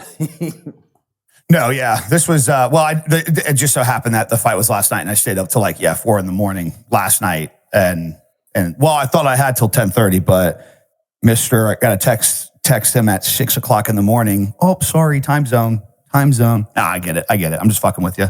No, I appreciate it. Like the fact that we even do these things, the fact that you guys do these things, I think it gets shit on a little too much. Everybody wants constant, like, give me something new, give me something. I try to squeeze it out of you even today, but man. You know, the conversation in itself is good. It's more than we've gotten a lot of other times. So I do appreciate it. You know, I know I banter and shit, but I see what you guys are doing. I genuinely appreciate it. I love the tool that you guys are developing. You guys have my trust. I don't really give a fuck if anybody else agrees or disagrees with it. You can have your own opinions and shit. That means a lot. I know we lost it for a while there. I saw we lost it, and I'm glad it's back. You know, well, that was good. I just had a kid too. I had a lot to evaluate. I wanted a lot of like stability and stuff. And you know, I look at the other stuff, and it's the brand deals and the YouTube and monetizing all those, and it's like some of it's not just not as fun. It's fun to stream here. I like the fucking community here. I like the people here, just to be transparent. So it wasn't even necessarily just you guys losing trust in you guys either. So yeah, no, that's lot to think about. That's the industry, right? That's how things. Yeah, yeah, absolutely. Appreciate both of you gentlemen.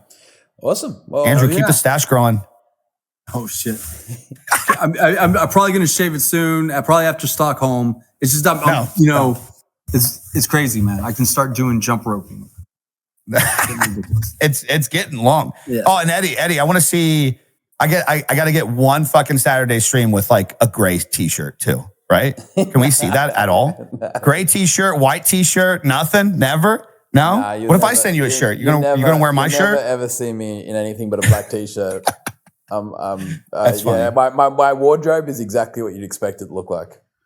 Yeah, I figured. Yeah. we never get to see the pants or shorts with like black shorts, black pants. Same thing. Nah, it's just jeans. Jeans? Yeah, jeans. Yep. Yeah. That's of course. Crazy maniac. All right, gentlemen. I appreciate you. I'll let you get to going to bed. I got other things to do as well. So keep up the good work. Appreciate you guys. Thanks, man. Really appreciate it. You have an awesome weekend. Absolutely. You too. GG's. Yeah. That was good fun.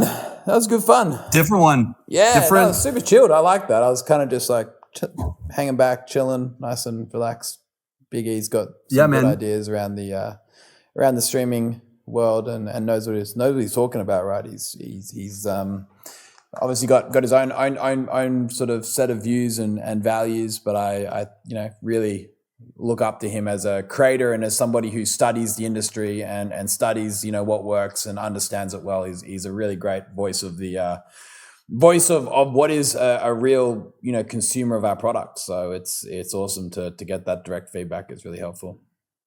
He kicks the tires, man, hard. He kicks them really hard, it's good to surround yourself with those kind of people because you don't start, it's good to get out of an echo chamber, But yeah, man, listen, next week is a big week for us. We're celebrating like 2 years here, guys. We got like a 2-year celebration over in Stockholm. We're going to be doing Kick Talk in Stockholm for DreamHack, but we got some big people coming by. We have GM Makaru, we have Amaranth, we got XQC, we got Sergeant Jackson. We got a couple other people that we've been working on that are they're gonna swing by too. So we're gonna be celebrating 2 years of Kick next week. Listen, the UFC has come to Kick. We are going to have an amazing meet and greet in Stockholm with some UFC fighters. So I'm not gonna drop names or anything like that. I'm gonna let DreamHack make those announcements. But UFC's been really, really kind to us. It's been a great partnership so far.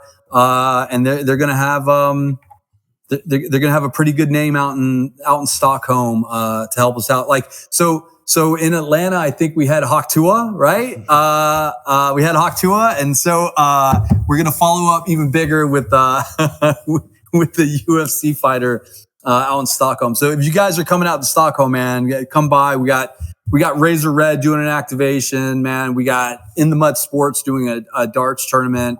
We got all of our chess players coming out there with like Moving with Matt, Chess Bra, Hannah Sace. We're gonna have the Swedish national team out there that's gonna be playing chess against us.